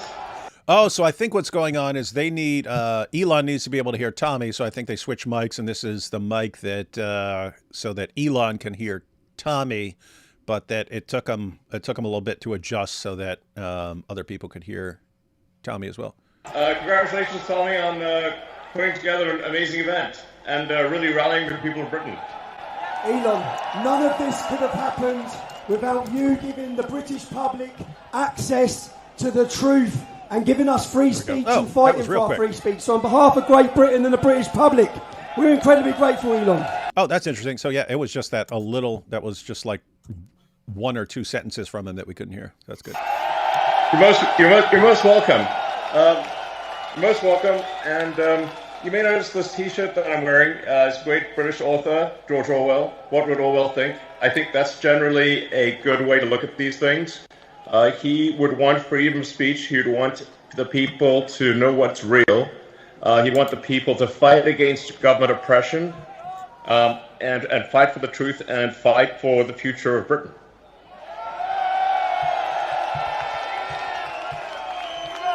Elon, we are incredibly grateful for your time. We know what a busy man you are. Why is it important for you to be here today speaking at this Unite the Kingdom event? Well, I am of primarily British heritage, British ancestry. I want Britain to be greater than it ever has been. I want Britain to remain Britain. I think there's something beautiful about being British. And what I see happening is a destruction of Britain. Initially a slow erosion, but a rapidly increasing erosion of Britain with massive uncontrolled migration, a failure by the government to protect innocent people, including children who are getting gang raped. It's unreal. The government has failed in its duty to protect its citizens, which is a fundamental duty of government. This has got to stop. Yeah, protecting his citizens is kind of the primary function of a government, and the UK has been doing one of the worst jobs ever at that. The UK government. It's almost like it's useless. If you don't have a government that's willing to protect its citizens, there's no point in having that government. Period. Yeah, and it's actually, I mean, it's worse because they're like actively helping. I mean, they're actively helping the people who want to subjugate the people of Great Britain and rape all the girls and so on. And they're like, hey, how can we help them do this more effectively? Wild stuff. How can we silence anyone who objects to this? How can we bring in even more of the people who want to do this after we know indisputably that there are tons of them who want to do this to little girls? Reform in Britain. And the people need to be in charge, not some bureaucracy that doesn't care. Elon, I believe that's what we've started today. Power by the people, sending a message worldwide. Elon, you spent an incredible lot of money on X. Why is free speech so important to you? Well, I believe you can't get to the truth of things without freedom of speech, without active debate. There's so many on the left that want to just crush debate and put people in prison just for talking, as you were. Or kill people. Just for speaking their mind. The essence of democracy is it should be a government for the people, by the people. And in fact, this is a government against the people and not for the people. This is why everyone is gathered here today, is something's got to be done. This is unacceptable. The government needs to be responsible to the people of Britain. It needs to protect Britain. It needs to protect the weak, those who cannot protect themselves, especially the children. And when I read about some of the horrific stories and how the government did nothing and tried to hide it, they try to hide these horrific crimes. And then you see how much violence there's on the left, with our friend Charlie Cook getting murdered in cold blood this week, and people on the left celebrating it openly. The left is the party of murder and celebrating murder. I mean, let that sink in for a minute. Well, when Elon brought up Charlie, the crowd started chanting Charlie, Charlie, Charlie. Interesting. That's who we're dealing with here. What's up? as sad as that side of things are, or is, something that's kind of funny is, you know how for a while Hijab was obsessed with talking about like how Elon was against him, Elon's against him, blah blah blah blah blah. Yeah, when Elon probably Uh, didn't know he existed. the funniest thing though is Elon, probably entirely unaware of it, just spoke out against Hijab because Hijab's one of Hijab's most recent videos was going off on some like, I mean, I wanted to call him like high or drunk, but I really don't think that he was anything but sober, but I think his sober state is just so sketchy, I guess. But he went off on some like weird rant about how it's impossible for free speech to even exist. So like stop trying or you're next, essentially. Mohammed Hijab, And yeah, Muhammad Hijab. you're saying he seemed Yeah, drunk? those. Oh Well, no, so definitely something No, wasn't no, right. no. I've seen him, and yeah, I've seen videos where he looks drunk, and of course, we've all seen the famous picture of him at a beach with a big bottle of brandy. But I've also seen him look where he's like seems stoned out of his mind on something. Like he was just like laughing hysterically at stuff that just wasn't that funny, and his voice was slurred and stuff like that. So yeah, Hijab seems to like his brandy.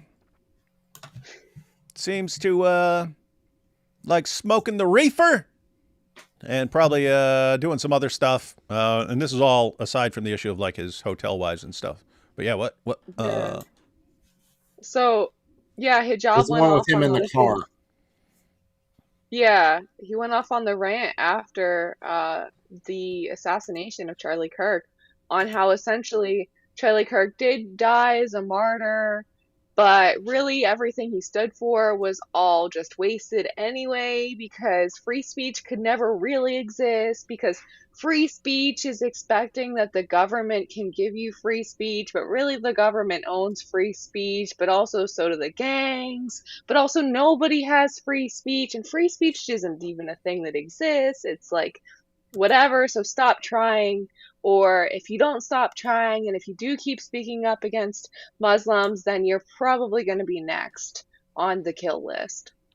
And Yeah, that here was. Elon Musk is saying, we need free speech because we need to be able to have open dialogues to find truth, which is very interesting when piecing together what Hijab said side by side what Elon Musk said, because Elon Musk is calling out probably one of the big reasons that Hijab doesn't want people to even try to have free speech. Because if they can question Hijab, if they can question Islam, they will find truth, and it won't be Islam. It won't be the Dawa claims that Hijab says and all the things he goes running around doing and saying. And yeah, so know it or not, Elon Musk definitely just went after Hijab's bad, I don't even want to say theology, just like bad, I don't know, thoughts, claims, wild accusations. Yeah, for Rambling. anyone who hasn't been following the epic battle between Mohammed Hijab and Elon Musk, when Mohammed Hijab realized when Mohammed Hijab realized that Sister Aisha, who Mohammed Hijab referred to as his hotel wife or whatever, when after she had exhausted all ways of dealing with the issue behind the scenes and not exposing him, and Mohammed Hijab actually like shut all that stuff down. It's like, you're not going to mess with me because I'll destroy your life. And once it became clear to him that she was going to expose him, Hijab got this brilliant plan of, hey, I'll start attacking Elon Musk and his family and stuff. And then he says, oh, I found out by someone connected to Elon Musk that if I don't stop criticizing Elon Musk, he's going to frame me for a scandal. And we all instantly said, okay, there's a scandal about to come out, and he's trying to prepare his fans for it. But yeah, he started blasting away at Elon Musk. Yeah. How David would know? He must know something. Where's the video? Where's the video? He actually did go on that rant. Yeah, afterwards. That was it's just, hilarious. I mean, it's a side note, but these are the heroes of Dawa. They're the biggest bunch of liars ever. They all want to, I mean, they're celebrating people getting murdered over freedom of speech. That's what we've seen from a lot of the Dawa guys. And hijab, drunk or high or whatever he is, going on some deranged rant. Guys, always be suspicious of people who are like, no, we have to silence you and not allow you to criticize our ideas. Those are usually guys who don't think their ideas can actually be rationally defended, and they know it. Think about this. If you believe that you have the best idea, the best explanation, the best evidence for your case, wouldn't you want to freely discuss these things? Absolutely. Let's see. Back to Elon. That is who we're dealing with. Elon, to so many of the British public who are scared to exercise their free speech, they're worried about being imprisoned, they're worried about being attacked, even to share their speech on your platform of X. What message would you give to them? The message is really, my message is to the reasonable center. The common sense. So my appeal is to British common sense, which is to look carefully around you and say, if this continues, what world will you be living in? This is a message to the reasonable center, the people who ordinarily wouldn't get involved in politics, who just want to live their lives. They don't want they're quiet. They just go about their business. My message is to them: if this continues, that violence is going to come to you. You will have no choice. You're in a fundamental situation here where whether you choose violence or not, violence is coming to you. You either fight back or you die. You either fight back or you die. So I guess this would be, there's still lots of people who are just thinking, hey, we'll just let this continue and let the next generation deal with it and so on. Elon's pointing out you can't run from this. There's stuff that's coming from you and you can't run from it. So stop thinking, well, I don't want to get in trouble. I don't want to get called names and so on. It's too late for her. It's too late for her. It's too late for being scared. This is not a time to let people control you by making you scared. Don't do that.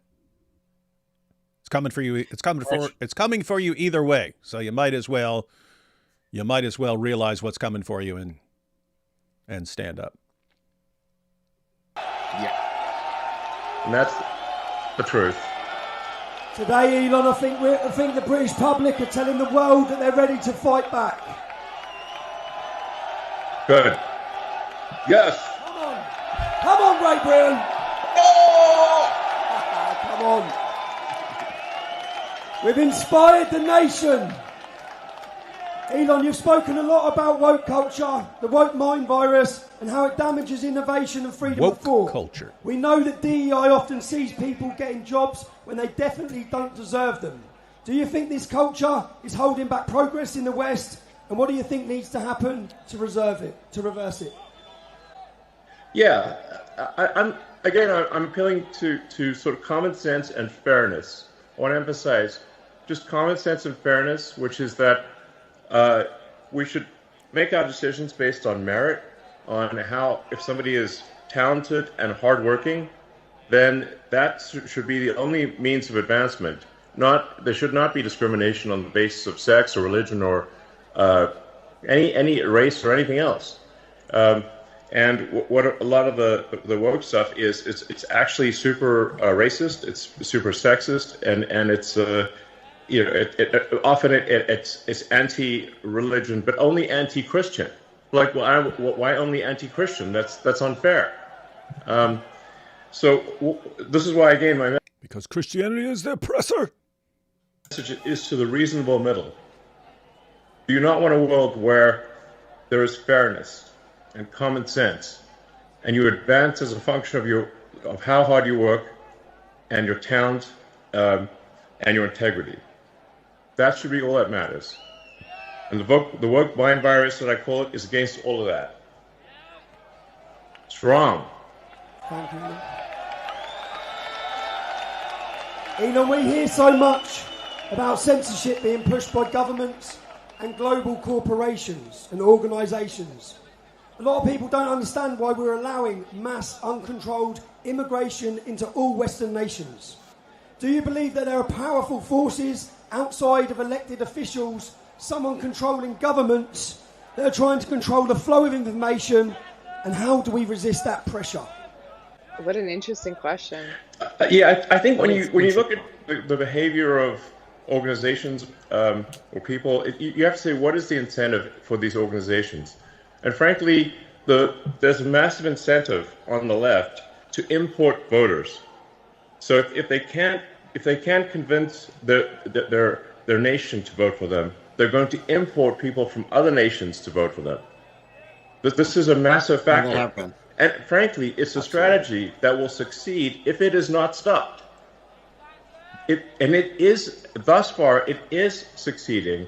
And you see strong movements to allow people who are not from Britain to vote in Britain, to allow people who are not from France or elsewhere to vote in those countries, and thus depriving the citizens of their democratic power. It's really a voter importation thing, and if they're allowed to succeed, if this is allowed to continue, they will succeed in importing voters, swaying the elections, and taking your vote away from you.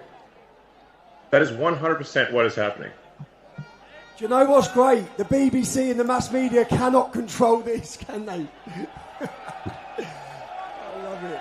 I mean, the BBC is complicit in the destruction of Britain. Yep. And we pay for it, Elon. Yeah. We pay for it. Yes. We're forced to pay for it. Pay for your Do you own know they destruction. send us to jail if we don't pay for it? You're forced to pay for your own destruction. It's insane. It's unfair. It is wrong. Elon, a lot of ordinary people that are here today, they feel ignored, they feel censored, or they're labelled just for speaking up about their legitimate fears and concerns in their communities. Do you believe technology, like X or even AI, can finally give power back to those people? Or do you think it will make censorship worse or even automate it? I mean, that's a complicated question. It really depends on what government is in charge. The government can obviously use whatever powers are available to suppress the people. Twofold. And so I really think there's got to be a change of government in Britain. And you Darn can't. right. We don't have. People started cheering. What did he just say? It needs to be a change of government. People start cheering. Change of government. Yeah, guys, your government sucks. I mean, it sucks.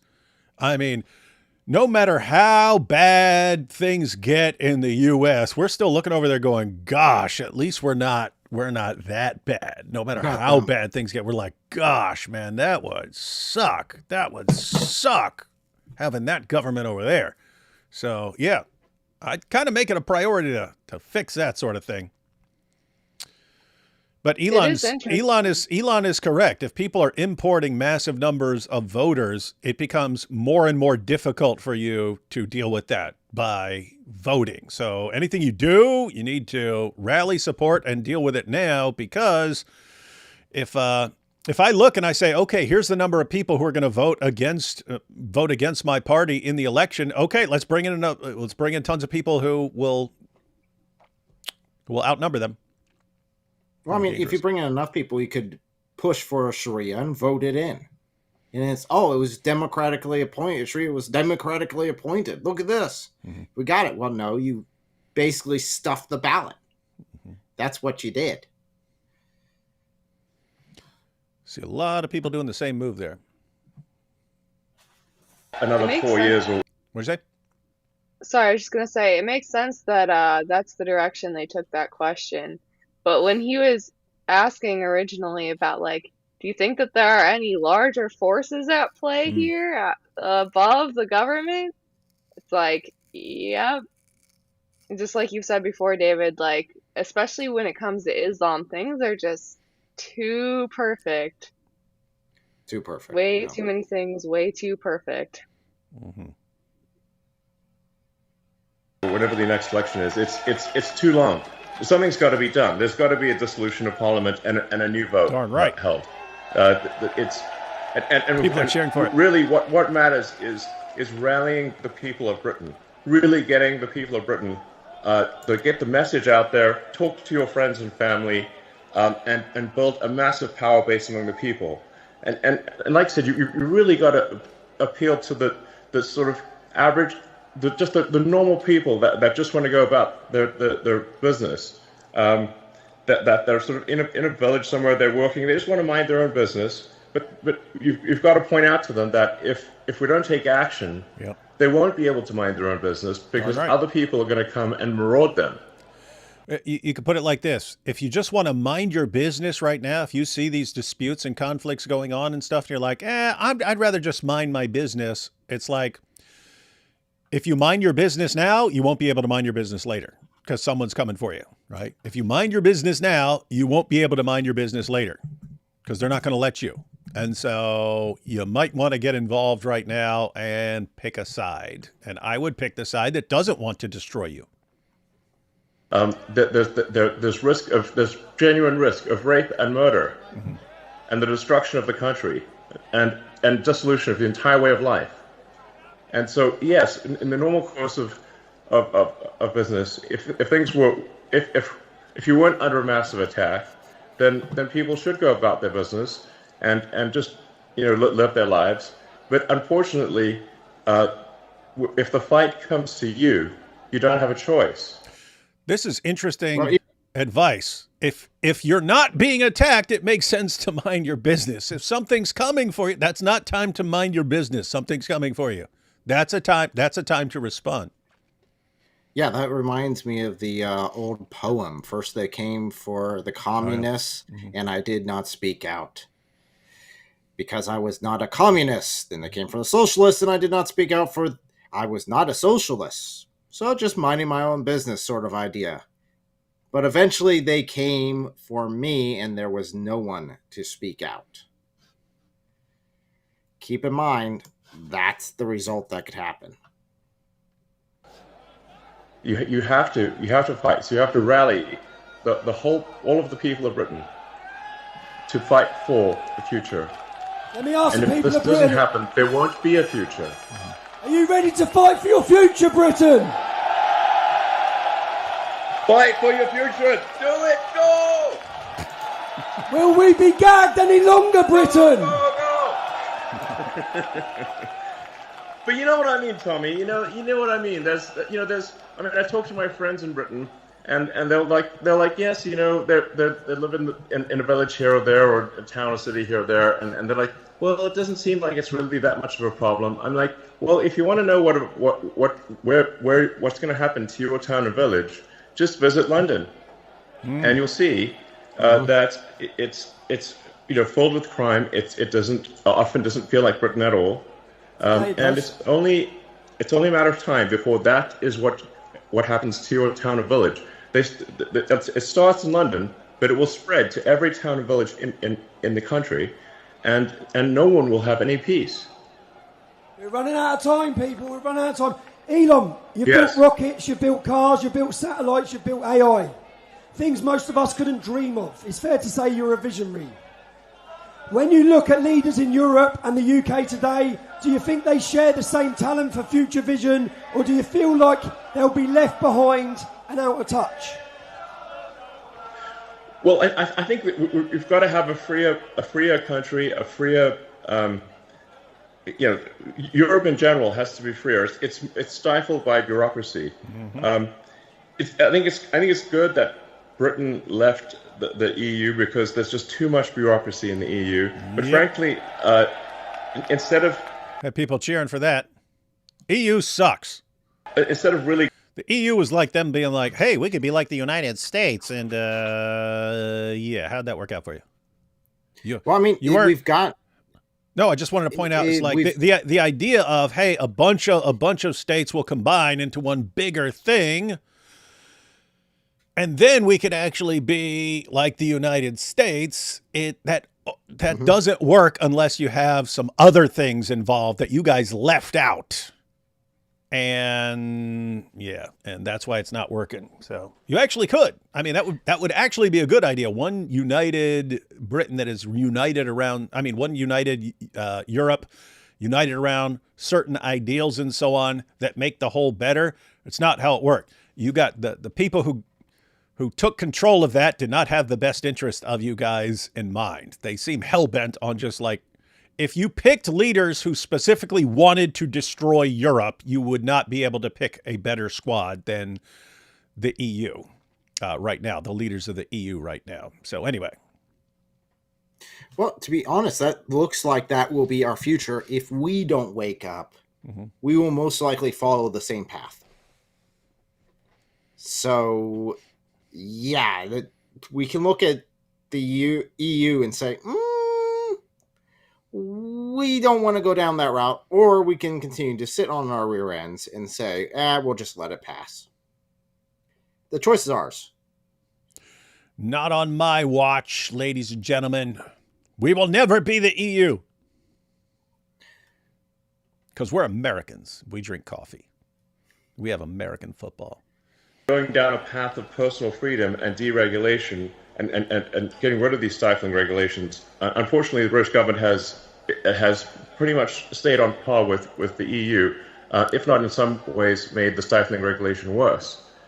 So if you have excess government regulation and oppression, you stifle the freedom of people to try new and great ideas.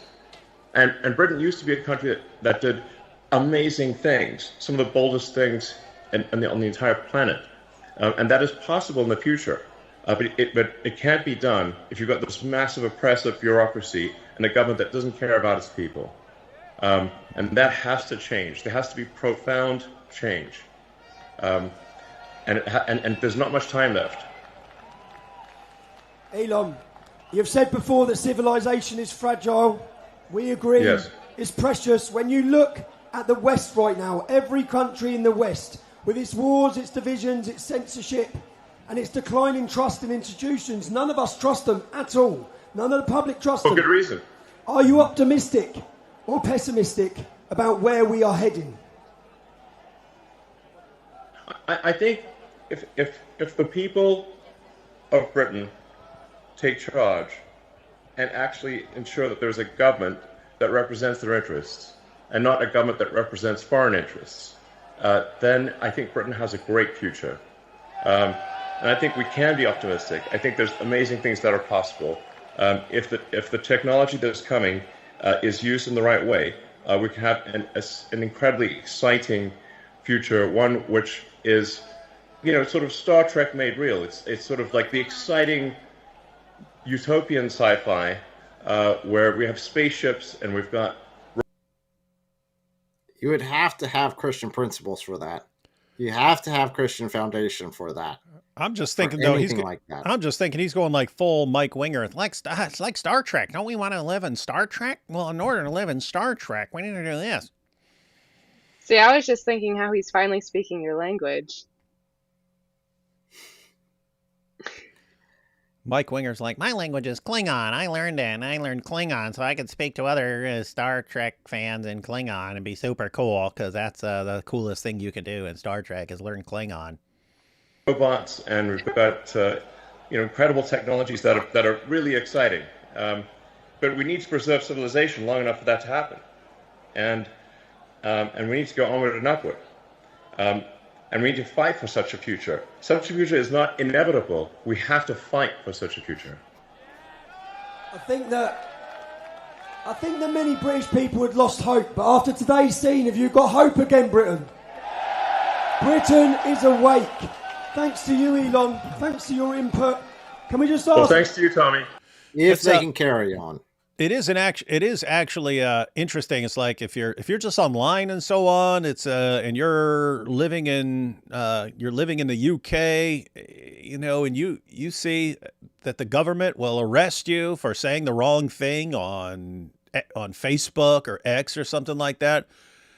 You could feel completely like helpless and overpowered. If you're there in the middle of all these people then you start thinking, I don't know, maybe there's way more out there than we realize. And if that's combined with what just happened to Charlie Kirk and a bunch of people realizing, you know what, this is not a time to just cower in fear or something like that. We need to be bold in the face of everything that's coming at us and standing up.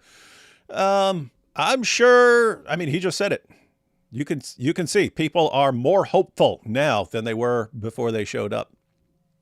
It would take a reform. They would have to reform their government in a way that would actually function as a real government again. There's a lot they'd have to gut. They'd have to transform over. Can it be done? Yes. But it's going to take their dedication, and it's going to be a lot of work. But the alternative is, well, the United Caliphate over there is what we would end up seeing. I would take all the current leaders and stick them in the Tower of London, if that's still a thing you guys do. Put them in iron masks, stick them in the Tower of London. Say how you like that. And then to all your future leaders, hey, we're electing you right now. We're electing you. But check out the last batch of people who didn't do what we wanted and who just totally screwed us and tried to destroy us. They're over there in the Tower of London, in your face. So let that be a warning to you. That and stop teaching people to be ashamed of their culture, to be ashamed of their nation. That's another huge thing, definitely with the next generation, where they continuously badger, oh, we were the evilest evil that ever existed. No, you weren't. No, you weren't. And if you take an honest examination of history, that's not the case at all. Where they are evil, they would be the bright light. The UK and the US both would be bright lights in human history. Yeah, it was like last year they did a poll, and it was poll of young men, and it's what would you be willing to fight for your country if called upon to do so? It was something like 11% said yes. If you have close to 90% of young people saying nope, we're too absolutely evil and repulsive to fight for, guess what? Those are people who believe that we deserve to be destroyed. We deserve what's coming at us. So, yeah, you got to change those ideas. You got to change those ideas, and that's why I've always been a big fan of. You need an informed population. You need an informed population of free people, because like people just instantly start thinking of, oh, let's change the leader and stuff like that. Well, if you still have around 90% of your people who think, oh, we all need to be destroyed, who's getting voted in? Politicians who are on the side of destroying you.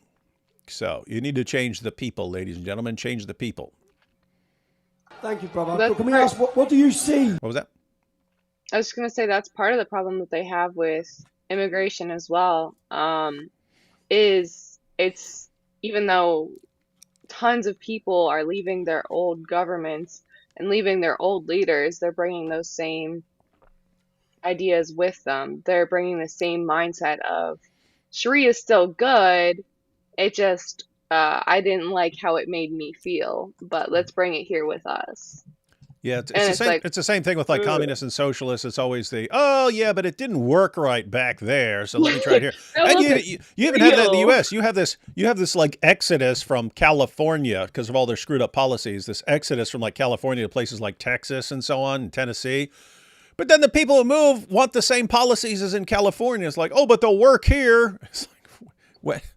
No. This has failed every time it's ever been implemented, but let me try and tear down everything and implement it here because it has a 0% track record of working. Bunch of idiots, man. But it's never really been tried. Mm-hmm. Yeah. As the future of the UK and Europe, in your vision, where are we heading? What's the future like for us? Well, I think there needs to be a future where where the people take charge, where there's deregulation, a massive reduction in bureaucracy, and generally a new hope, where people look forward, wake up in the morning, and look forward to the future. They're excited about what's going to happen next.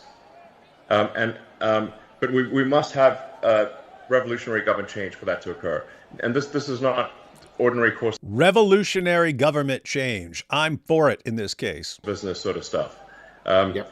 This And if you want revolutionary change, ask an American. really requires everyone to sort of marshal the people, so to take charge, reform the government, and make sure that you actually have a government that is for the people, by the people. And that's essential. And that's not, so we're really at a fork in the road here. We're at a fork in the road to darkness or greatness. And that will be decided only in a matter of years. And we must take the path to greatness. And that's the path that's exciting and inspiring and will make life worth living. It's also Elon, kind of narrow. You've done more than anyone to shine a torch on the crimes committed against a generation of our daughters. On behalf of everyone and on behalf of all of us in Great Britain, you know what? We wouldn't even be in the fight. Not only are we in the fight right now, but we're on the advance. Thanks to free speech being fought for us by Elon Musk. We're very grateful, sir. You're most welcome. Thank you.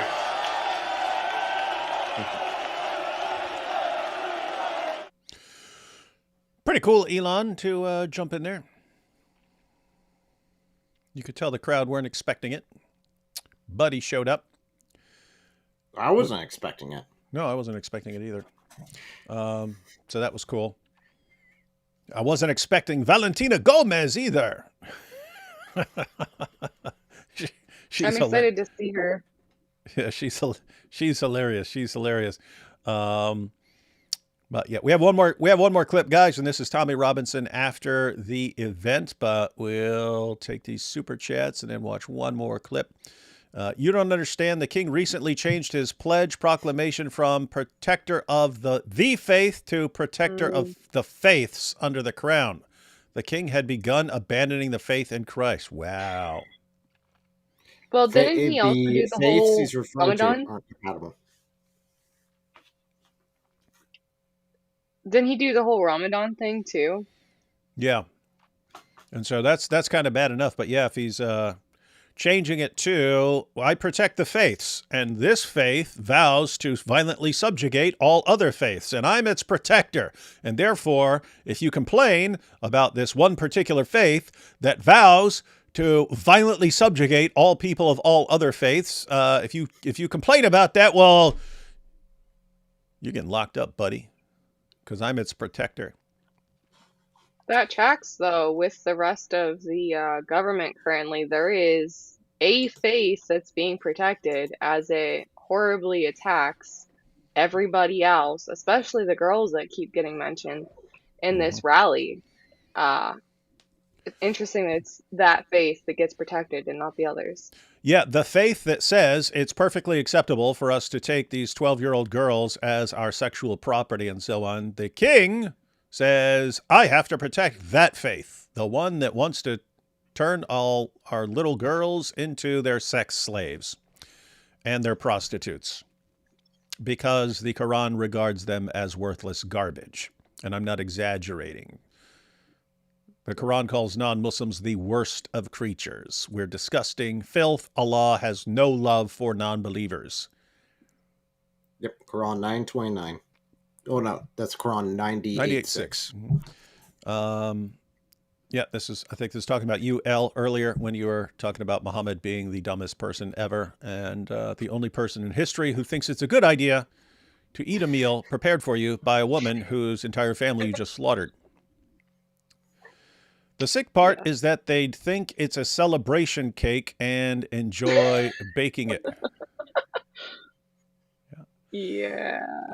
We fight not against flesh and blood. What do you think U.S. is more in danger, Marxist wokeism or Islam? Well, it's the combination. It's the combination.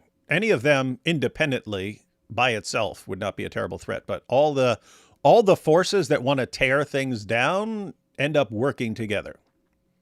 And we've seen this repeatedly. That's where you got the Iranian Revolution. The Muslim leaders aligned with the leftists, the communists, and the socialists, and so on. They all said, "Hey, we'll work together and get rid of the king. We'll get rid of the Shah."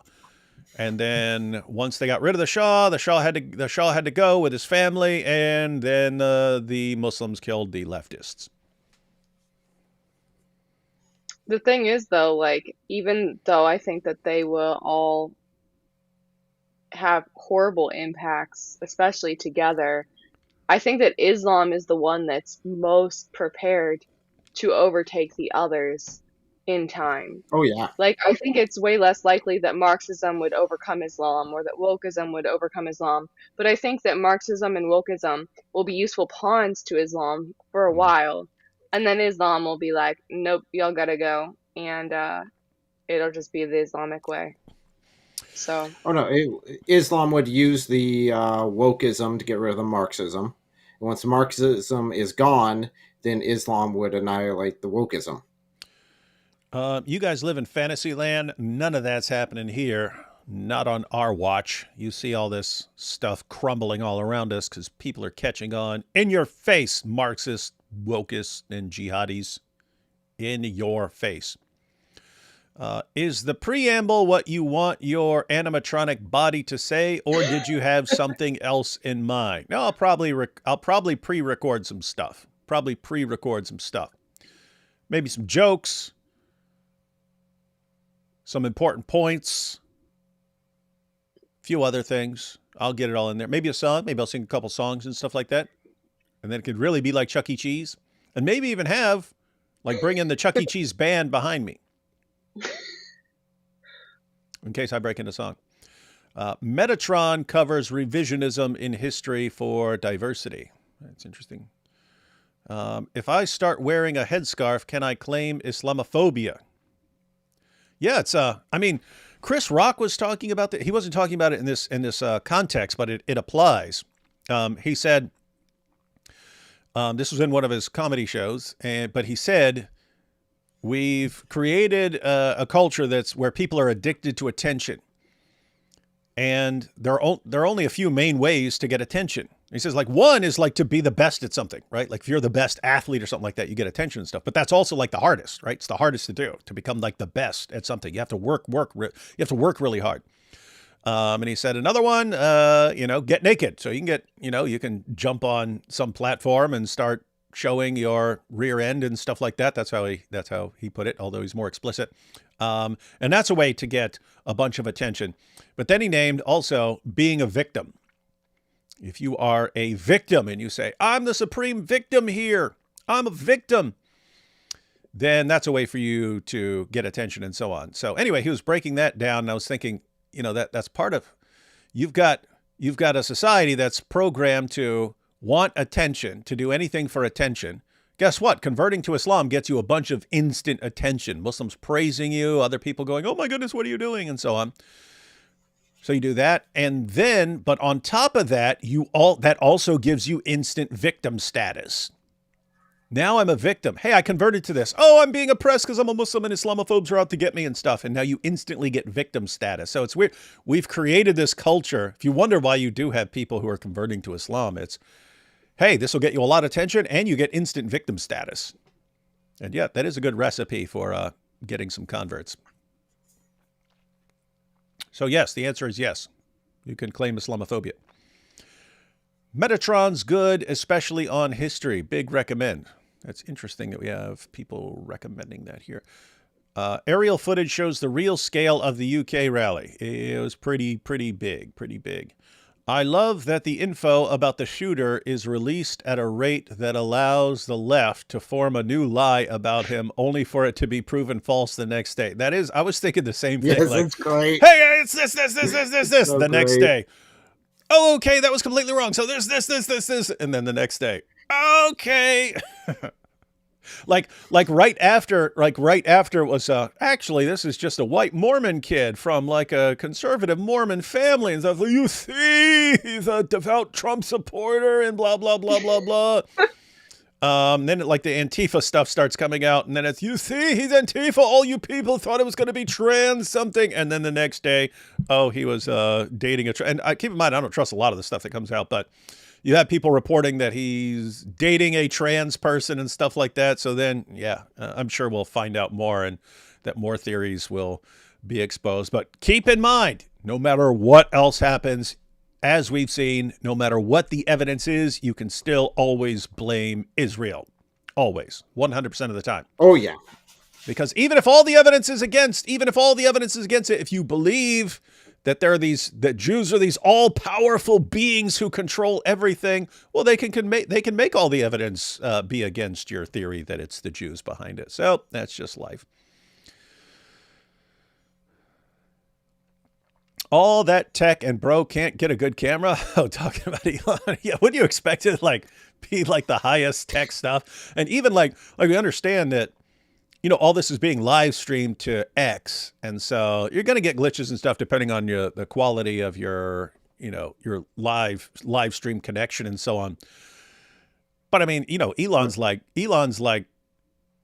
Tony Stark level tech guy. You'd expect him to fly in what is it? What's the link? Starlink. Yeah, you fly in Starlink. the super Starlink base hub to give 4K resolution, and he's in his super high tech lair and stuff, broadcasting out of there. And nope, I'm just gonna sit on here on my my Wi-Fi, But doesn't he also my own dial-up X? Wi-Fi. I still use dial-up Wi-Fi. What? Doesn't he own X too? So I mean, he's responsible for both ends.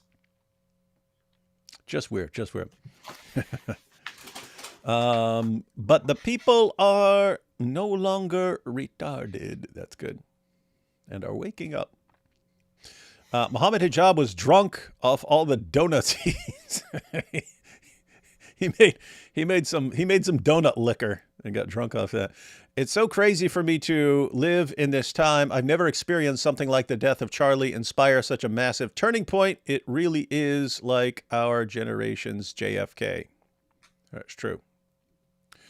I feel as if it was all culminating to this moment. Yeah, matter of fact, yeah, you could actually view it like that. It's like things were preparing and things are changing and people are catching on, and then you need kind of a spark. It's all there. You just need a spark to set it off.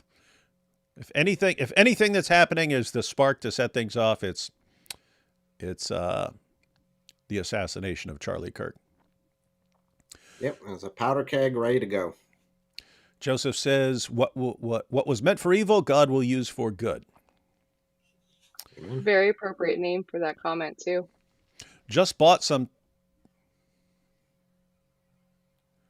Joseph Baum. Oh yeah, it's Joseph. Oh no, I just meant Joseph. Yeah. Just the Joseph. Yeah, I get it. Just bought some Turning Point merch for Charlie. I bet they're selling out fast of Turning Point merch. I bet if you go to the site and try to buy some stuff, it's going to start saying sold out, gotta wait. Voting is how you're heard while minding your business. Yeah. And then something's coming at you and you still think, I'll just mind my business. It doesn't work.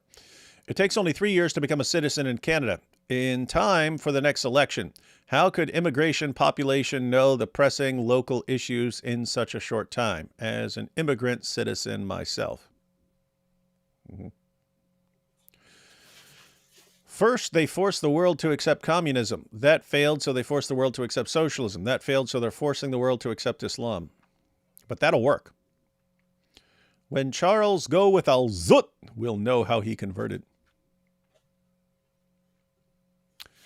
You skipped my last super chat. I've actually heard on there. I've actually got on TikTok people claiming that Charlie converted to Islam with his dying breath.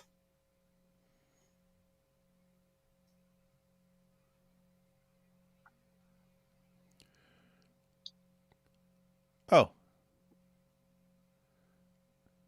I skipped your last super chat. I don't think I did. Didn't I read this? Most relevant part. Did I? Most relevant part. All experience has shown. No, I don't think I did. I don't think I read this. So this is part of the, it's part of the Declaration of Independence.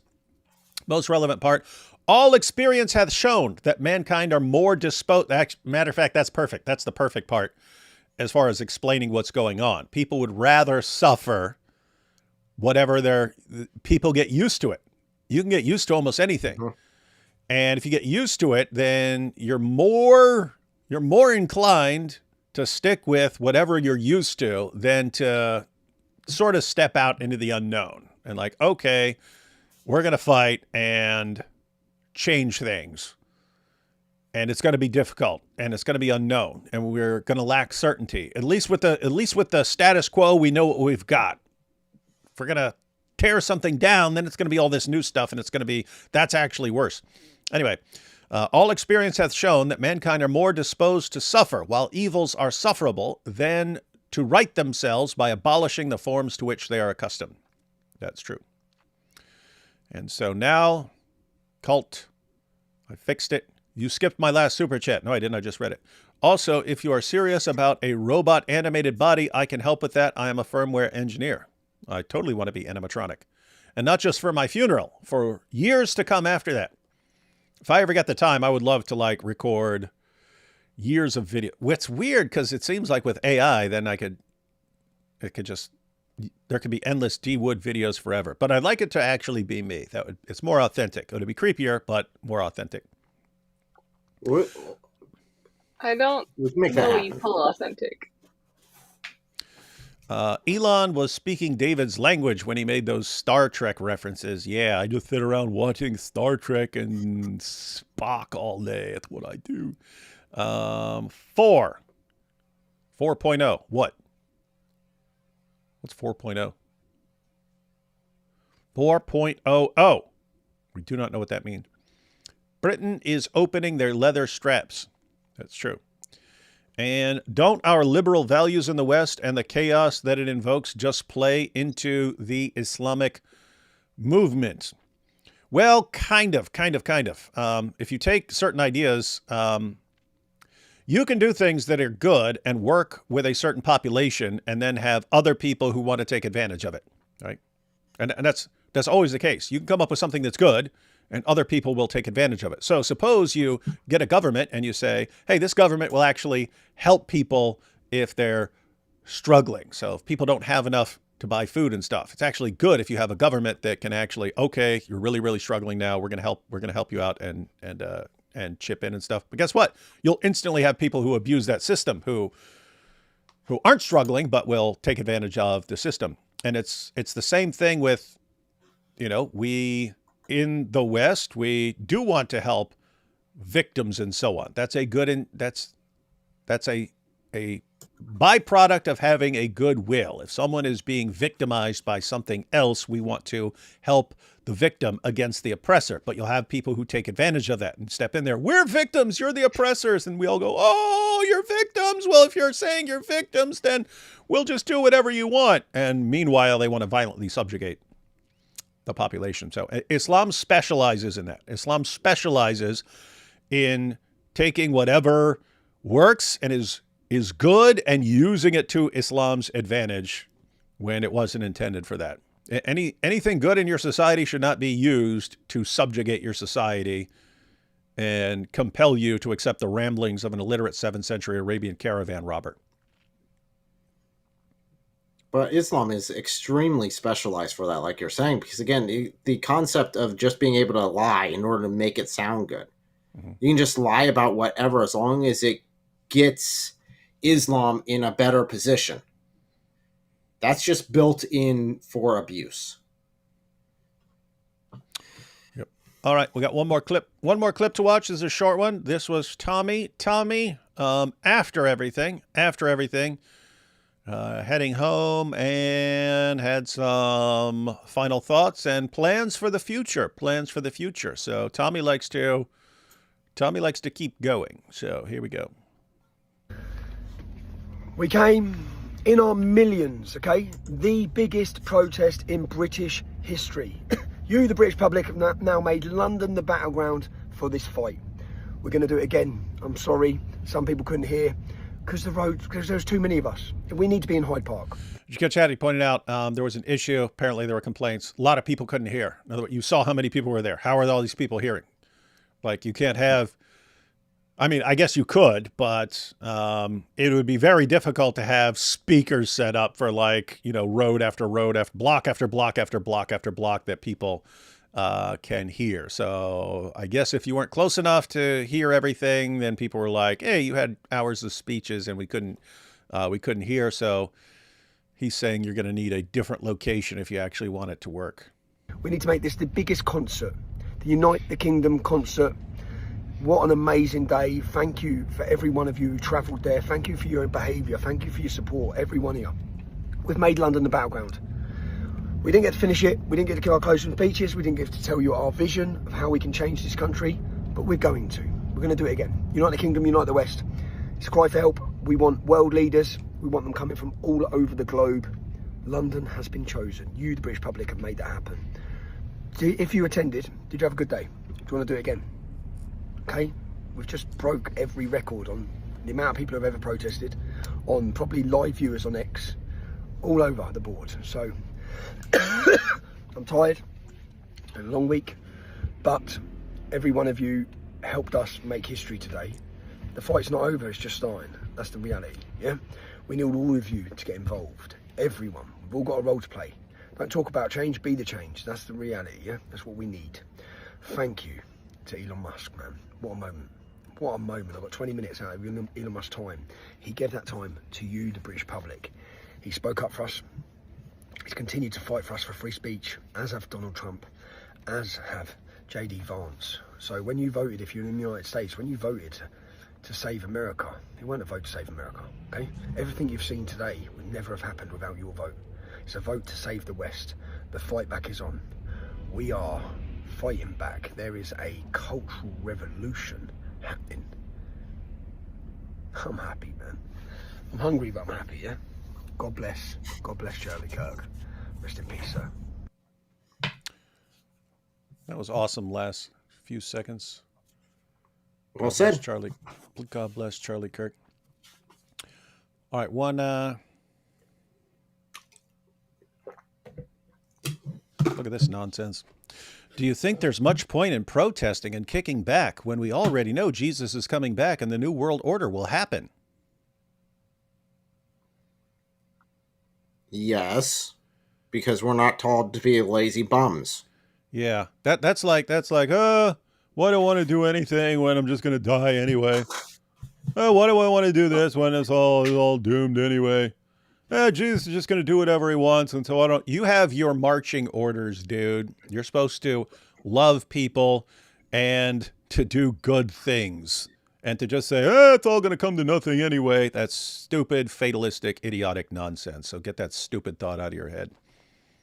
You don't know if Jesus is coming back 10,000 years from now. So the idea, let's just let Islam. I don't know why we want to stop Islam. Just let it take over.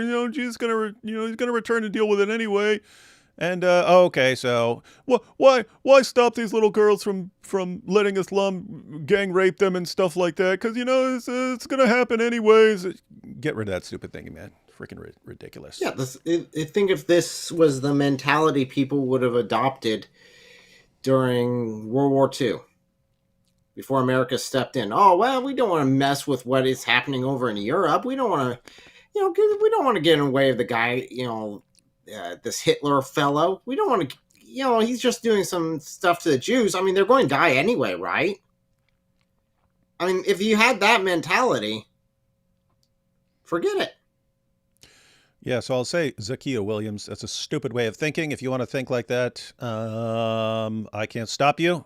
It's just like if you have a genuine fatalist that nothing I can really do matters. So I'm just going to sit in bed all day. Okay, that's fine for you. You do that, but don't spout that nonsense to other people. I mean, if you're going to think like that, then, when Jesus said, go make disciples of all nations, you'd be like, oh, okay, well, Jesus is going to do whatever he wants, and anyone who's going to become a Christian is already going to become a Christian, so I don't need to do anything. Okay, that's dumb. Dumb stuff. And Mark Fisher says, I'm already here. I just haven't announced myself yet. Okay, well, now you've announced yourself.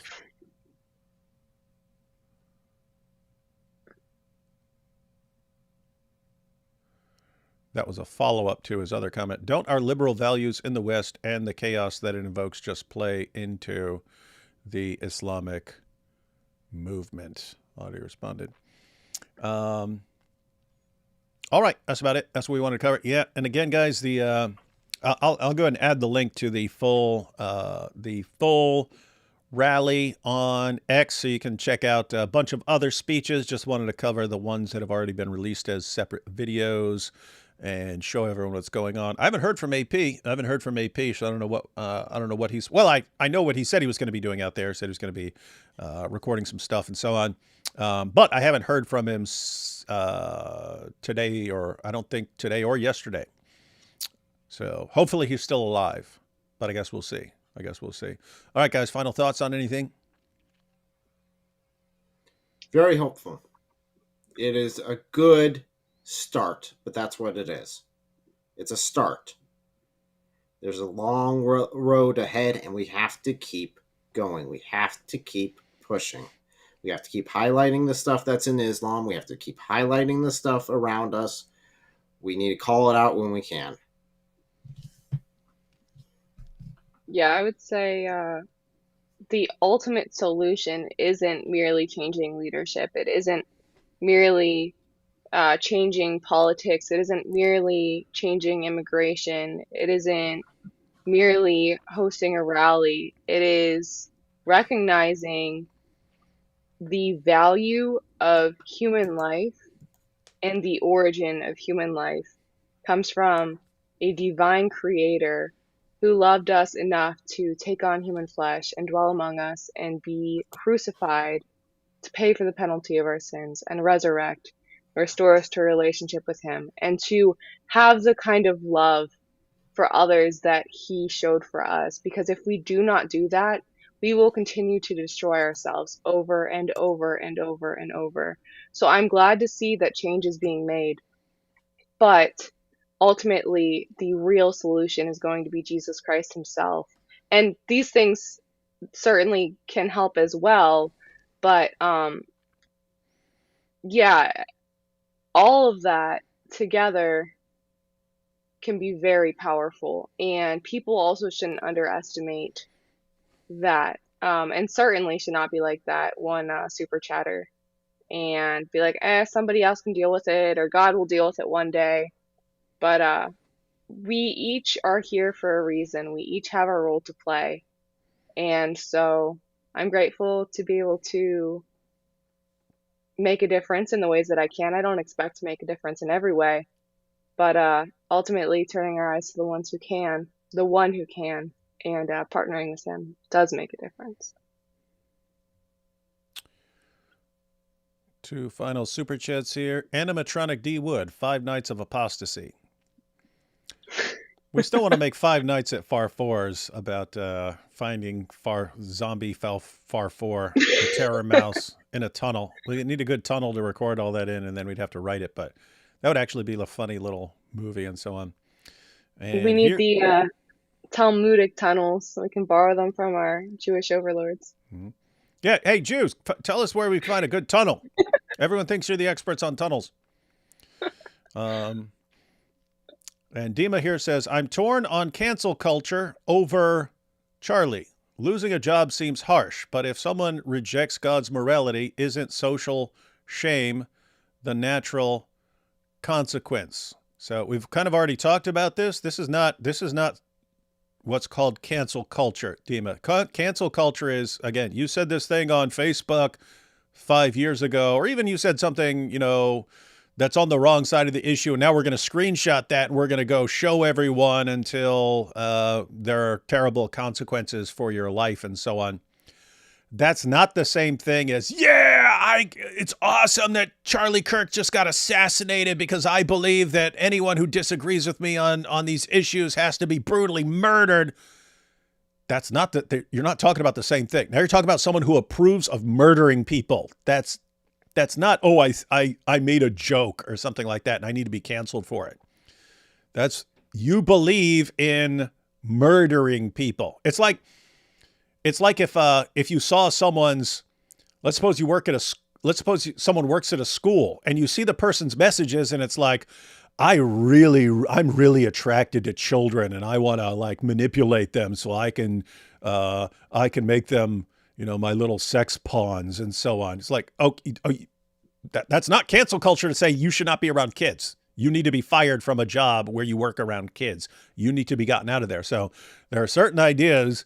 This is not cancel culture. This is, if you have certain ideas, then people you work for and people you're around need to be aware of those, because these are These are seriously dangerous ideas. And I don't mean what lots of people think of as dangerous ideas, meaning anything they disagree with. I mean actual, like, people are going to get killed over your bad ideas. And so it's quite relevant. I would say it's quite relevant. So this isn't about simply rejecting God's morality. This is about you being a danger to people and society. And people need to know it's not acceptable, period. It's also illegal.